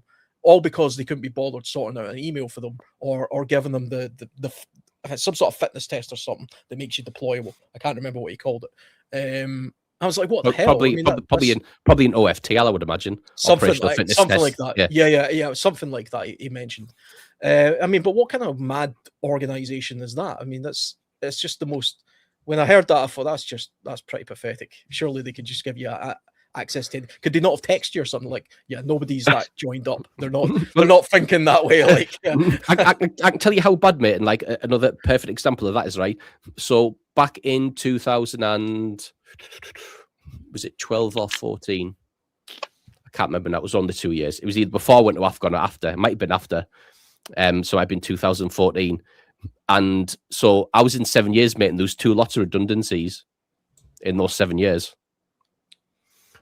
So think about that as well. From 2009 to 2016, there was 2 lots of redundancy, and that was at the height of the Afghan war. Wow. And they thought full screws and above, so corporals and above, they were getting rid of. So all that experience, they were willing to make redundant. I mean, I understand the concept of not having a standing army in peacetime, but I don't know what the exact figures are now. But I did once see a statistic that said that the New York Police Department has more police officers than the British Army has soldiers. And yeah, 100%. That's insane. You know, we're a country of 70 million. The population of New York must be, I don't know, 12 million or something. But I saw a thing the other day, mate, and it said if they wanted, you know, when Starmer was on about sending troops to Ukraine, they said realistically we could only send a battalion of blokes, which is what, 700 people. Would be 700 blokes. The numbers floated when that was mentioned was 10,000, and I thought to myself, who? You might be able to send 10,000 cadets. I don't. The only army that's got bigger in the UK is one arriving by boat. Oh, it's skirted the line. Watch for the squad coming in to dragging Brian out now. Thunder flashes coming in through the shed. That'll be it. It's the opinion police. They don't need to, mate. You just have to wait for that light to fall off again. It's release the light. It's at times like this where I put my tinfoil hat on a little bit, though, and think that this is actually just all part of a bigger picture, a bigger drive in order to gear the public up for the inevitable. Like, yeah, it's terrible. The armed forces are shocking. We now have to spend all of this money on making the army bigger, having more ships. The Liberal Democrats of all people are talking about building nuclear weapon delivery systems back in Britain so we don't have to rely on Trident, the Americans anymore, which I don't know why we ever did in the first place, because we were just cheap as hell, and that's why we relied on the Trident system. The French never did it. They have their own delivery system. I don't see why we couldn't do that. So it's as if we're being geared up and prodded so that the public come to the decision. It's going to get, and imagine 10 years ago, the government saying we have to spend 5, 6, 7% of GDP on the armed forces. You would have every hippie in the country go, no war, no spending on defence, all that kind of nonsense. But if you keep on prodding the public with news stories that we're so desperately undermanned and so desperately understocked, we can't defend ourselves, etc., and there's all these threats, The public then go to the government and saying, why aren't you spending more? Why aren't you increasing my tax in order to spend more? It's almost as if we're being manipulated into the inevitable massive tax rise in order to fund all this stuff in the first place. That could be just to boost the numbers, but it also could be to prep for World War III, which I think is long overdue. But that will massively backfire, because that is ammo for everyone saying, well, why are we spending XYZ billion on social welfare and nothing on the military? Well, why are we? I mean, I would ask that question as well. I mean, that's the biggest drain in this country. But the reason we do that is because we are captured by a form of socialist Marxism in this country. My opinion, politically, cut that crap. The Labour Party is a benefit class party, and so in Scotland we have the SNP. They're exactly the same. They would rather throw money at their voter base, who are people who don't work, they claim benefits, but they still vote for these parties. And so they're doing everything possible to appease them. And the whole immigrant thing and all that just feeds into the Marxism of socialism. That's why that's allowed, and that's why that's taken place in America as well. That's a Western phenomenon for another podcast, maybe. But, all that stuff's going to backfire on us. It's already backfiring on us. And it's only backfired on people at work. That's the problem.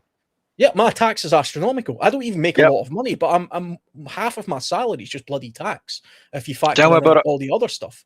I mean, I have almost. I'm a small rant. My council tax for my area is 8.9% this year. It was 10% the year before. How can they keep putting taxes up sort of 10 and 8% council tax every single year? I'm literally being taxed into. I'm a working poverty, taxed into poverty by the governments that we have in place. Doesn't I mean because it's going to start to get to a point where benefits become appealing. At some point, Alan, you might look and think, I can sit at home, DJ, do YouTube all day, and probably is having just as much expendable income at the end of the day after bills than I do right now. I could. I mean, technically, I have a mortgage, so it's a little bit difficult. I wouldn't get that paid for me. But my next door neighbor is still a council tenant. It's the same house. And, he doesn't work because he has a disability. But he lives in the same house as me, has the same income basically as me, has a nicer car than me. Who's the mug here? Is it me or him? Because I'm kind of thinking it's me. I work 60-hour weeks, and I'm still less well off than him. And I don't think there's any moral high ground in being a worker. It's just that's bloody communism for you. If I won the there's no social stigma with being a work-shy lazy bastard, unfortunately. And there should be, but that's the... No, do you know what there should be? There should be a big bus with a big, excuse the language, folks, I'm having a rant, a big bus with big fingers pointing on it, pointing to inside at the windows going, lazy bastards, right? And it picks them up at their house every morning at 8 o'clock with the biggest horn playing La Caracha, right? And everybody sees it. And if they go out with orange jumpsuits on, and if they pick up dog shit with the thinnest possible 2-micron thick fucking bags that you can buy, that's what I would do tomorrow. Fuck them. Sorry. It annoys me. Bastards. Ah, I see. The diplomatic approach. Fuck them, mate. Sorry. I apologise. It really annoys me. It really sets me off every time. As you've probably guessed. Before anyone gets on the high horse who is on benefits for a good reason in here, we're not chastising that in any way. No. Because you should be as pissed off as we are, because if you're generally entitled to them, you cannot genuinely work and stuff like that. They're taking money out of your pocket just as much as ours. Yeah, I mean, I find it incredible that mental health cured bad backs. Remember that? Remember That's brilliant. Nobody has a bad back anymore to get off work. Now they just have a mental health problem. And, that's it. It's people will take advantage of things like that. And like you say, the people who genuinely have got mental health problems or bad backs, they should be royally pissed off at the fact that they're being mugs off by all of the endless amount of people who say, I've got a wee bit of social anxiety. That's why I haven't worked for the past 15 years. But I go on holiday 3 times a year, All I can think of when we're on this rant bit is, does anyone remember Tory Boy from Harry Enfield? Yeah. And he's going past the job centre going, loungers, layabouts, this would not have happened in a conservative Britain. But it did, though. Anyway. That's the problem. It did, yeah, it happened. And the thing is, yeah, no, there's no real change. There's no real change, unfortunately. Anyway, we've got some questions before we end, so let's try and address some questions on topic, maybe, possibly. Yeah. The first one was Phil saying, at what point do you think Iran waves the white flag, Mercury nuclear command or control aircraft en route from US? Never. Like Alan said, they are fundamentally happy to die for their cause. Yeah. There is no white flag. They're a suicide kill. In fact, they actually said today, see, because Trump put out an announcement saying that, oh, we're close to a deal, they're going to make a deal. That was him. He was talking bollocks. Iran actually publicly came out today and says, there's no deal. There never was a deal. We're not speaking to them. Yeah. Don't know what the hell they're talking about. We're never surrendering. Go to hell. We'll rather die. And believe them, that's true. They genuinely don't care. You know, suicide kill. Yep. So there you go. I think that's all the answer we need for that one, Phil. Appreciate that. Norfolk Prepper said, if people can't get fuel or power, should they go down the alternatives route, e.g., solar, hydro, biomass, etc.? Solar, definitely. I think we're all quite adamant on that one. I thought, and I thought Brian was a big like lover of wind power, so wind turbines and stuff. No, mate. Absolute shite. I'm fed up telling people shite. Yeah, but it says 400 watts. Shite. Oh, but I got this one from EcoWorthy. It says 1,000 watts. It's still shite, right? They're overstated. They're shite. They don't work. Stop asking about it. Unless you've got a croft with a couple of acres and 30 fucking grand, stop going on about wind turbines. They're shite. Do I need to paint that on the fucking wall? Shite. For anyone that doesn't know what just happened, is Andy just went like this.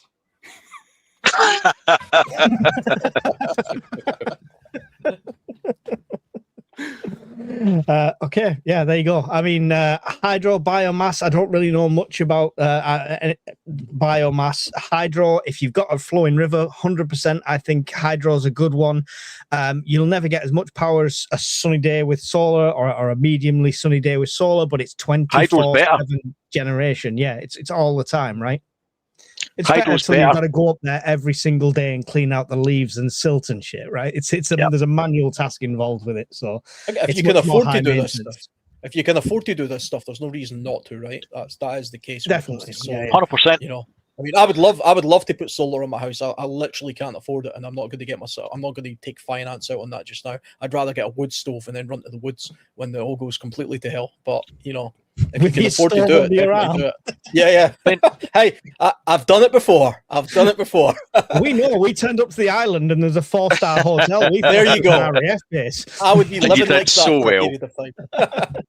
There was a couple of comments today on Discord as well about, and I don't mean this in a bad way, but it was, I live in Scotland and solar's rubbish. I live in Scotland as well. For basically 2/3 of the year, I don't pay any power bill. So, and I'm hardly running about like, you know, Trump with an orange suntan, right? It pisses here 9 times out of 10. Solar is perfectly viable in the UK. You just need enough surface area to capture it. So, but even some is better than nothing. You don't need like 20 kilowatts. You'll need enough to meet your needs. And if your needs are, like Andy said earlier, one small power bank like a C300 and a folding panel to charge your phones, that's fine. That's all you need to be as a price point. If that's all you need, you don't have to spend thousands. Best starting point. Can I ask a question actually for you, Brian, when it comes to solar? Because I imagine you've done the math on this kind of stuff. For me, the argument for solar was always, if you can afford to have solar plus, power walls or whatever, batteries in order to capture that energy and use it for household purposes. That makes sense to do that from a prepper point of view because it removes your reliance on the energy grid. But from a financial point of view, it still doesn't make sense because not only, I mean, it's fine to say, yeah, I don't pay an energy bill in the summertime, but I do in the wintertime. But you also have to realize, or I'm thinking, don't those batteries have to be changed every 5 years? So no. It's okay to say, yeah, I spent 30 grand on solar, but I'll get my money back in 10 years. But no, you won't, because in 10 years, you're going to have to replace those batteries and replace, that solar stuff. And so you're never actually making any money. You're never getting your money back because you have to replace it all. I can answer that. It depends what you look at it, right? The feed-in tariff was very generous when it came in. And now we've got SEG, which is utter shite. But I can guarantee you a few things in life other than power is only ever going to go one way in terms of cost, and that is up. And that has been... There's little peaks and troughs, but energy always gets more expensive. So whenever you get into buying your own power or becoming independent from the grid or semi-independent, it'll always be cheaper then than it's going to be in the future in terms of saving you money. Your cycle life, you're looking at about, so they'll talk about that, they'll guarantee you 80% capacity. They'll, more or less, that's a benchmark. They'll guarantee you 80% in 10 years. That doesn't mean to say 10 years your batteries, a lot of people think at 10 years time, you've used up your cycles and your batteries are scrap. It doesn't work like that. All it means is in 10 years times, they will guarantee you that you've got at least 80% of capacity left in that battery. So if you've got a 10 kilowatt battery, in 10 years time, you'll have an 8 kilowatt battery. That is what the guarantee is for. So you don't have to rush out in 10 years time and replace the batteries. That's a common misconception that people have got in their head. That's not how it works at all. Personal opinion, Get solar wind. panels. Fuck right off. solar panels without batteries is like, you know, being the only guy in an island full of women with no condoms. It's totally pointless, right? You need batteries where we live so that you can make the most. That wasn't the best analogy to make. I'll explain that to Mike. Mike, condoms are things that stop you having a family like the Waltons, right? All right. Right. I'll draw you a picture how that works. I know Can you go back and explain that to 18-year-old Mike, please? Yeah. So it's not a net loss. Then. The idea it's not a net loss, but I'll put it to best way I could. Our bills. So my employer lends us 10 grand every 2 years for energy improvements. We don't pay any interest on it. So every 2 years I buy more solar. But I pay 420 quid a month out my wages for that. But my gas bill was about 250 quid. My electricity bill was about 150 quid. So I was still paying 400 pounds every month on average, right? So for an extra 20 quid, after 2 years, I argue that I've paid my system off. It's paid for itself because it's only costing me an extra 20 quid, more or less. So my energy bills have dropped down to £45 a month on average for the year. That's where they're sitting at. But it depends where you live, how much solar panels you've got. More is better, and you need batteries. But it's not just about being a prepper thing, independent for the grid. It's you will get your money back. And the more expensive energy gets, the quicker you get your money back. I think Hawkins did the math on his house, and it was less than 5 years before it'll have paid for itself, right? Average is 5 to 7 years, depending on panel orientation, panel numbers, and whether you've got batteries and stuff. There's a lot of variables, but between 5 and 7 years, some people it might even be 3. Yeah, it just depends. You talk about like, oh, I don't want to get finance out on it, but if your finance amount is XYZ, but you're saving this much from your energy bills at exactly the same time, that finance becomes quite minuscule in some cases. So anyway, sorry, I get excited there. Sorry. There was a £5 super chat saying, "Can we keep antagonising Brian?" I think that was super chat was on your channel there, Brian. It was. Thanks, Stuart. Mel is just talking utter rubbish, total garbage. It just makes no sense whatsoever. He says, "I do wonder if we will drop the net zero for our own oil and coal, ultimately making us self-sufficient." What? Why would we do that as an island nation? Net zero was complete nonsense to begin with. Totally crazy. It is. No, and never everyone made any knows sense. Everyone knows it, apart from the powers that be. What about starting Dad's army back up again? Yeah, I'm game. That's it. I think we've got the makings of it right here. I'm at the gas station right now watching maybe 15 cars in a line, and the gas is $4.69. So, I mean, even in the States where it's drill, baby, drill, they're still having the same knock-on effects, I'm guessing. The English prepper, do you measure how many days worth of food that you prep? Oh, important safety tip on that, Stephen. You said drill, baby, drill. Don't ever say that in the men's showers. Just thought I'd mention that. It might cause you some problems later in life. But anyway, I thought I had to say that. Did you have to say it? Or did you want to say it? Thank you, Alan. Thank you. It just came out. Andy, do you measure how many days worth of food that you prep? I measure it by how long I can stretch it. Based on calories, based on meals, based on based on 1 meal a day. So I base it on the extreme ends of things. All my preps are based on the extreme ends of things. So if I had, for example, I don't know, say I had 30 24-hour ration packs, for example, I would double that to 60 and say I could make that last 60 days. That's how I do it. I do things on the like I said, mate, before when I started the channel, I said if something happened, I would go from prepping to surviving. What I do in prep time is irrelevant now that I am in survival mode. Yeah, so everything I have, mate, is stretched to the extreme, really.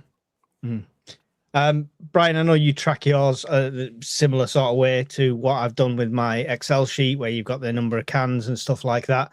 Do you track how much that accumulates to calories on meals wise, or is it just a guesstimate? No, I've got it worked out more or less at about 1,800 calories per day per person. So that works out based on current household, I assume, not any additions. But no, that's based on current household plus 2.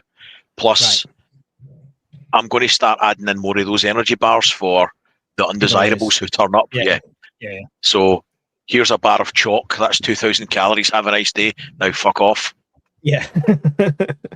I reckon I've got enough for 7 months. 7 months for 7 people at the moment. Good stuff. That's quite a supply.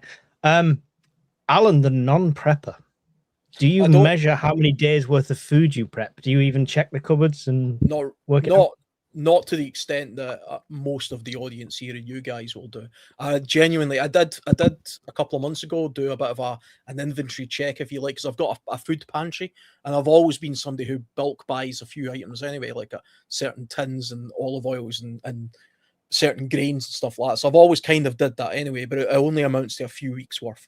The only food that I've ever prepped, I suppose, if you like, is these freeze-dried type camping style foods. Because I occasionally use them when I go on hiking trips, but I have caches. I've got buried caches. It's the only genuine proper prepper thing I've ever done. Is I've got these caches and I've got those food bags in those caches along with rice, flour, and pasta. That's so in a way I've kind of got.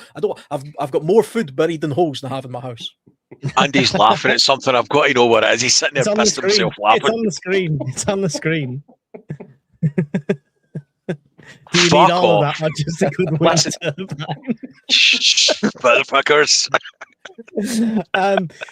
With regards to that English prepper, I did make a video about documenting stuff not so long ago based on calories per day and stuff like that, and I have created a Google Sheets thing that's absolutely free for anyone to go and copy, download, and do their own thing with, which will help you determine how much food you've actually got, and it can be surprising, like if you've just been guessing before then. So make sure you check that out.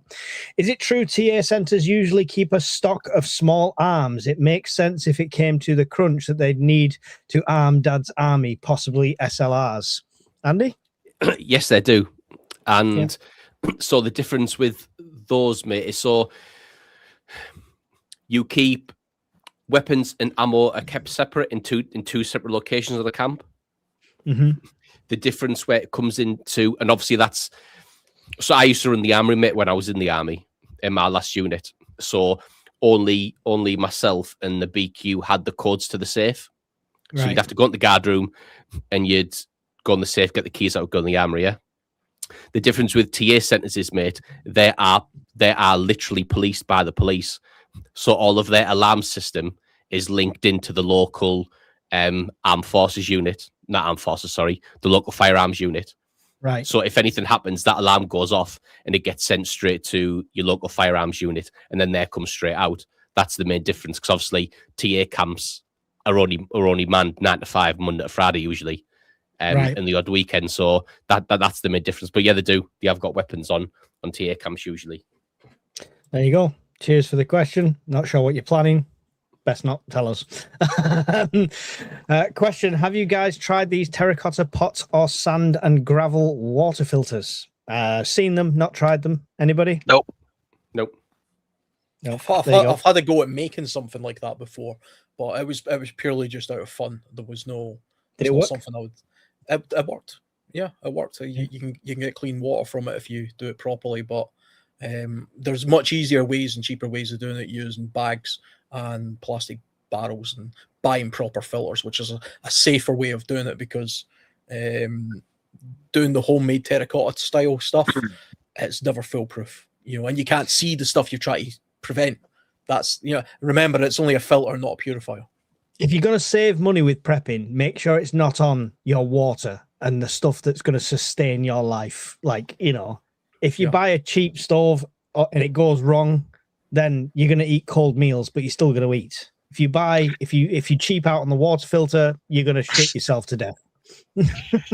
Don't buy chest wigs, gold medallions, and get your teeth done in Turkey, and then do a prepper channel, because your money's better spent on food and water.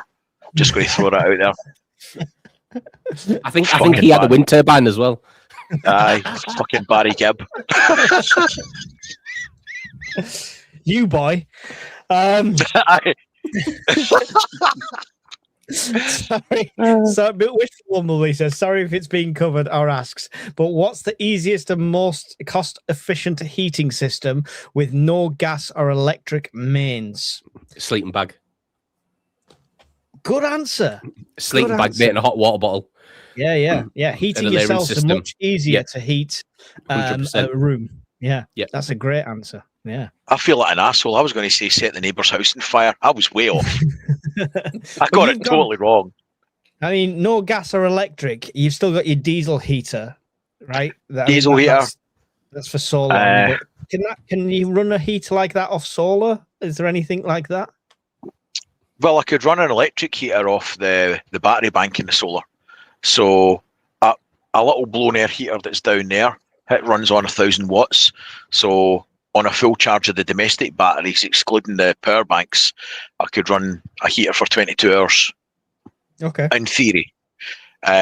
Obviously, that's when the sun's out in the summertime, when you're getting the best use of solar. When you don't need the heat. When you don't need it. Your times you need a heater is when your solar performance is the weakest. So it's the worst possible time to use up your limited resources then. So diesel heater or Mr. Buddy heater for me. Yeah. Any additions to that, Alan?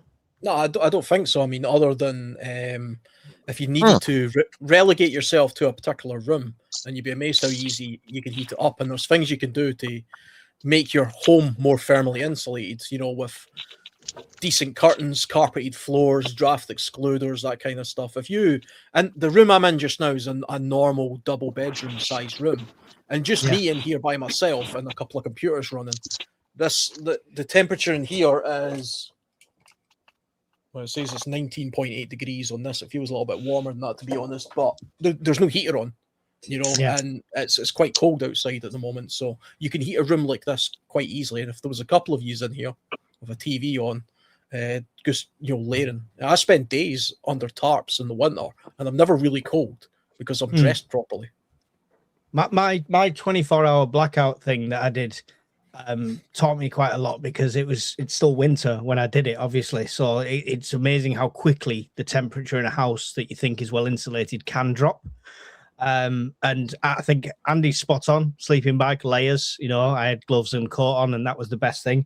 I was shocked how much this little thing kicked out, which just runs off the same gas canisters that we talked about. That a 28 thingy, and it didn't use all that much gas. I was turning it. I was shocked it never blew up. There's still time.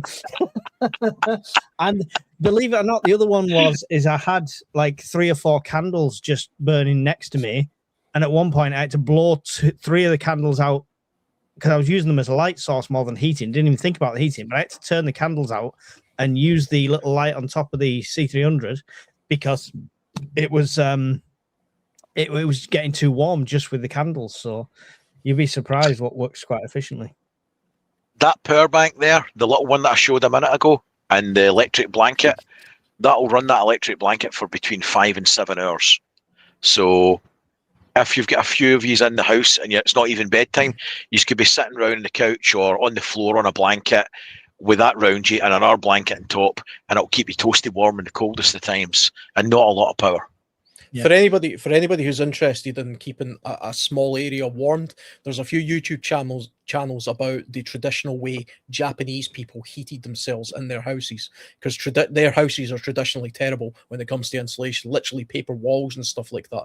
And they have like a special table, a low table with like a blanket thing around it that has a fan inside it, a heating system, that kind of stuff. I forget the name of it. I've mentioned this before, but there's tons of channels about it. It's really interesting actually the way they layer, and they relegate themselves to certain spaces. They heat themselves, they don't heat the room, and they've got all these techniques of doing that. And because eventually the inside of your house will become the ambient temperature of outdoors if there's nobody in it and there's no energy.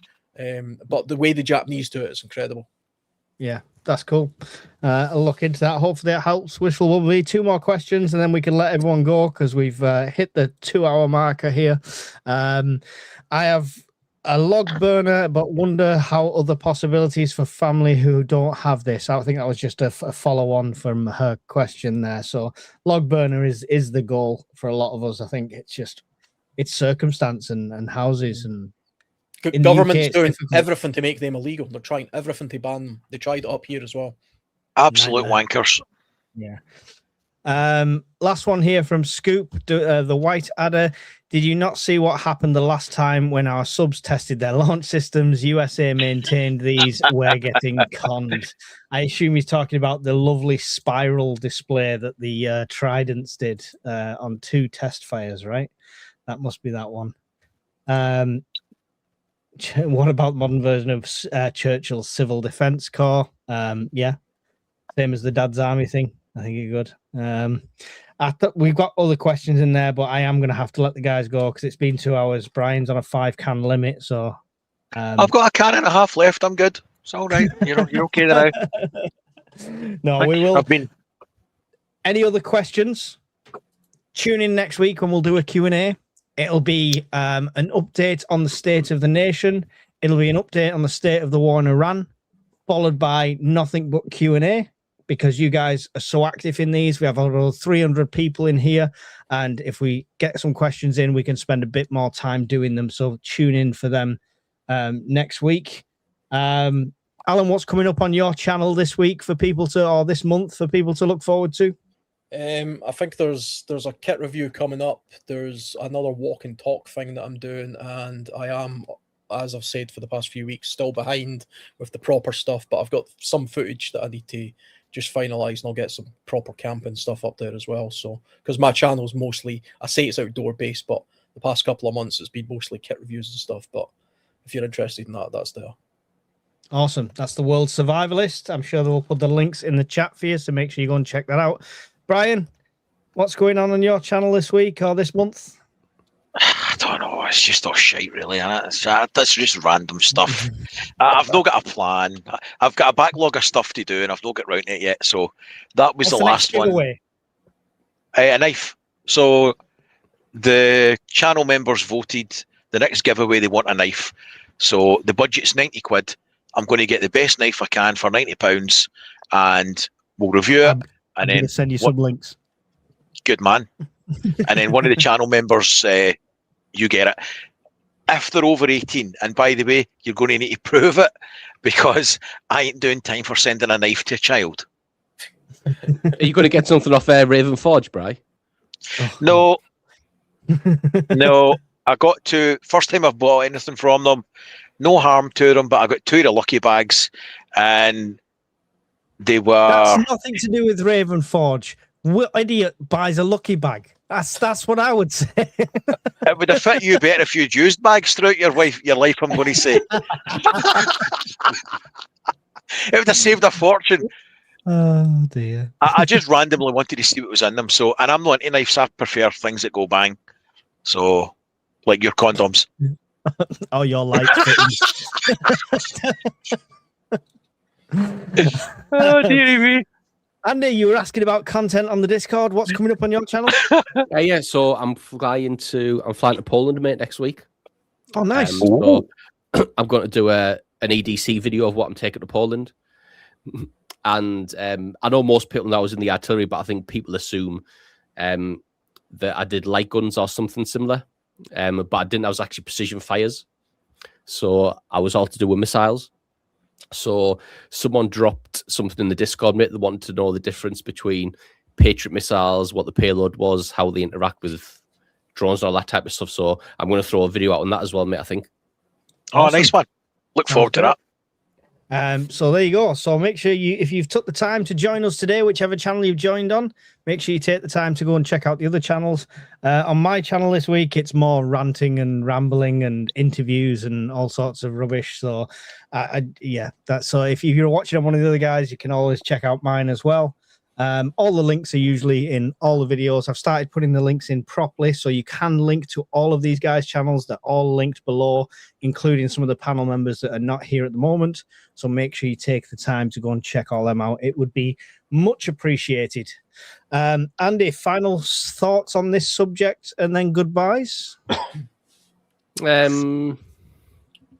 Yeah, I think what Alan said earlier, mate, if you just prep for, irrelevant of what you prep for, it is kind of a catch-all. So whether you're prepping for grid down, whether you're prepping for fuel shortages, whatever it would be, I think it catches all. It catches everything. And other than that, jump in the Discord, guys. We're all in there. Active every day. Lots of good stuff in there. Just and login's always good. Take the piss out of. So feel free to jump in there, guys. And like I always say, guys, if anyone's got any questions they don't want to ask in the Discord because they feel daft or whatever, always feel free to DM me and I'll answer best I can. And it's worth mentioning that honestly, the Discord, as much as we have banter, there's no silly questions. If you're brand new to prepping and you're asking you think it's going to be the most basic question that you should know, don't worry about it. We'll answer it properly, and you know we'll guide you in the right direction. Brian, final thoughts and goodbyes. Can we just take a moment to think about the unfortunates of the world, like Welsh Prepper, because poor John at this moment in time is having to experience a hotel without an RAF butler, and those of us that are fortunate, you know, unlike him, he's having to slum it, and I'll bet it's not even best port. So I'd just like to take a chance to, you know, think of the less fortunate people in the world. Poor guy. Thank you, Brian. It's totally selfless of you. Alan, any final thoughts on this subject? I would just say it's not panic buying if you buy before the panic buyers. That's just prepping and being intelligent. So if you have the means to stock up on the things we've been talking about, then start doing it now before everybody else does, and practice. Learn some skills. Learn how to make your food go further. Learn how to, you know, skillfully make your resources go further than they can, rather than just living off the stuff that you've prepped the way that you live just now. That's, to me, always a big thing. Skills, practice skills, learn stuff. Awesome. There you go. Big thank you to all of our moderators this evening. It's been superb having you in there, posting the links to everyone's channels, all the cool stuff that we've been talking about, and the links to products, which are affiliate links affiliated to my channel. So if you use them, it does help you out a bit, but you've got a choice not to. And thanks to Miss Worm. Happy Mother's Day to everyone as well, by the way, all the mothers out there. Thank you. And Miss Worm, who is the matriarch of our prepping family. So happy Mother's Day to her. Go and check Every out day's Mother's Day. It's a racket, Mike. It's a racket. It's a scam. Every day's Mother's Day. I'm trying to sing praise, right? Go and check out Miss Worm's channel anyway. Published author, got her own book, stuff like that. More books coming soon, I'm pretty sure. So go and give her channel some love as well. She'll post a link to that. So from the rest of us, thank you very much for joining us. Thank you very much for everyone who supports the channel. And I'm stalling while I try and find the right button. There it is. See you later. Later, guys.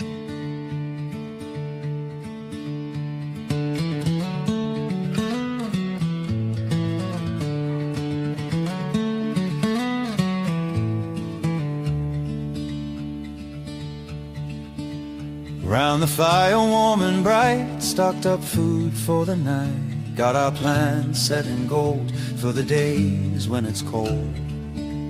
Tools and gear stacked up high in the cabin we reside, listening to the winds howl, prepping for the morning's prowl. At the prepper's fireside we stay, ready for that fateful day. Stories shared and hearts alight, round the fire every night.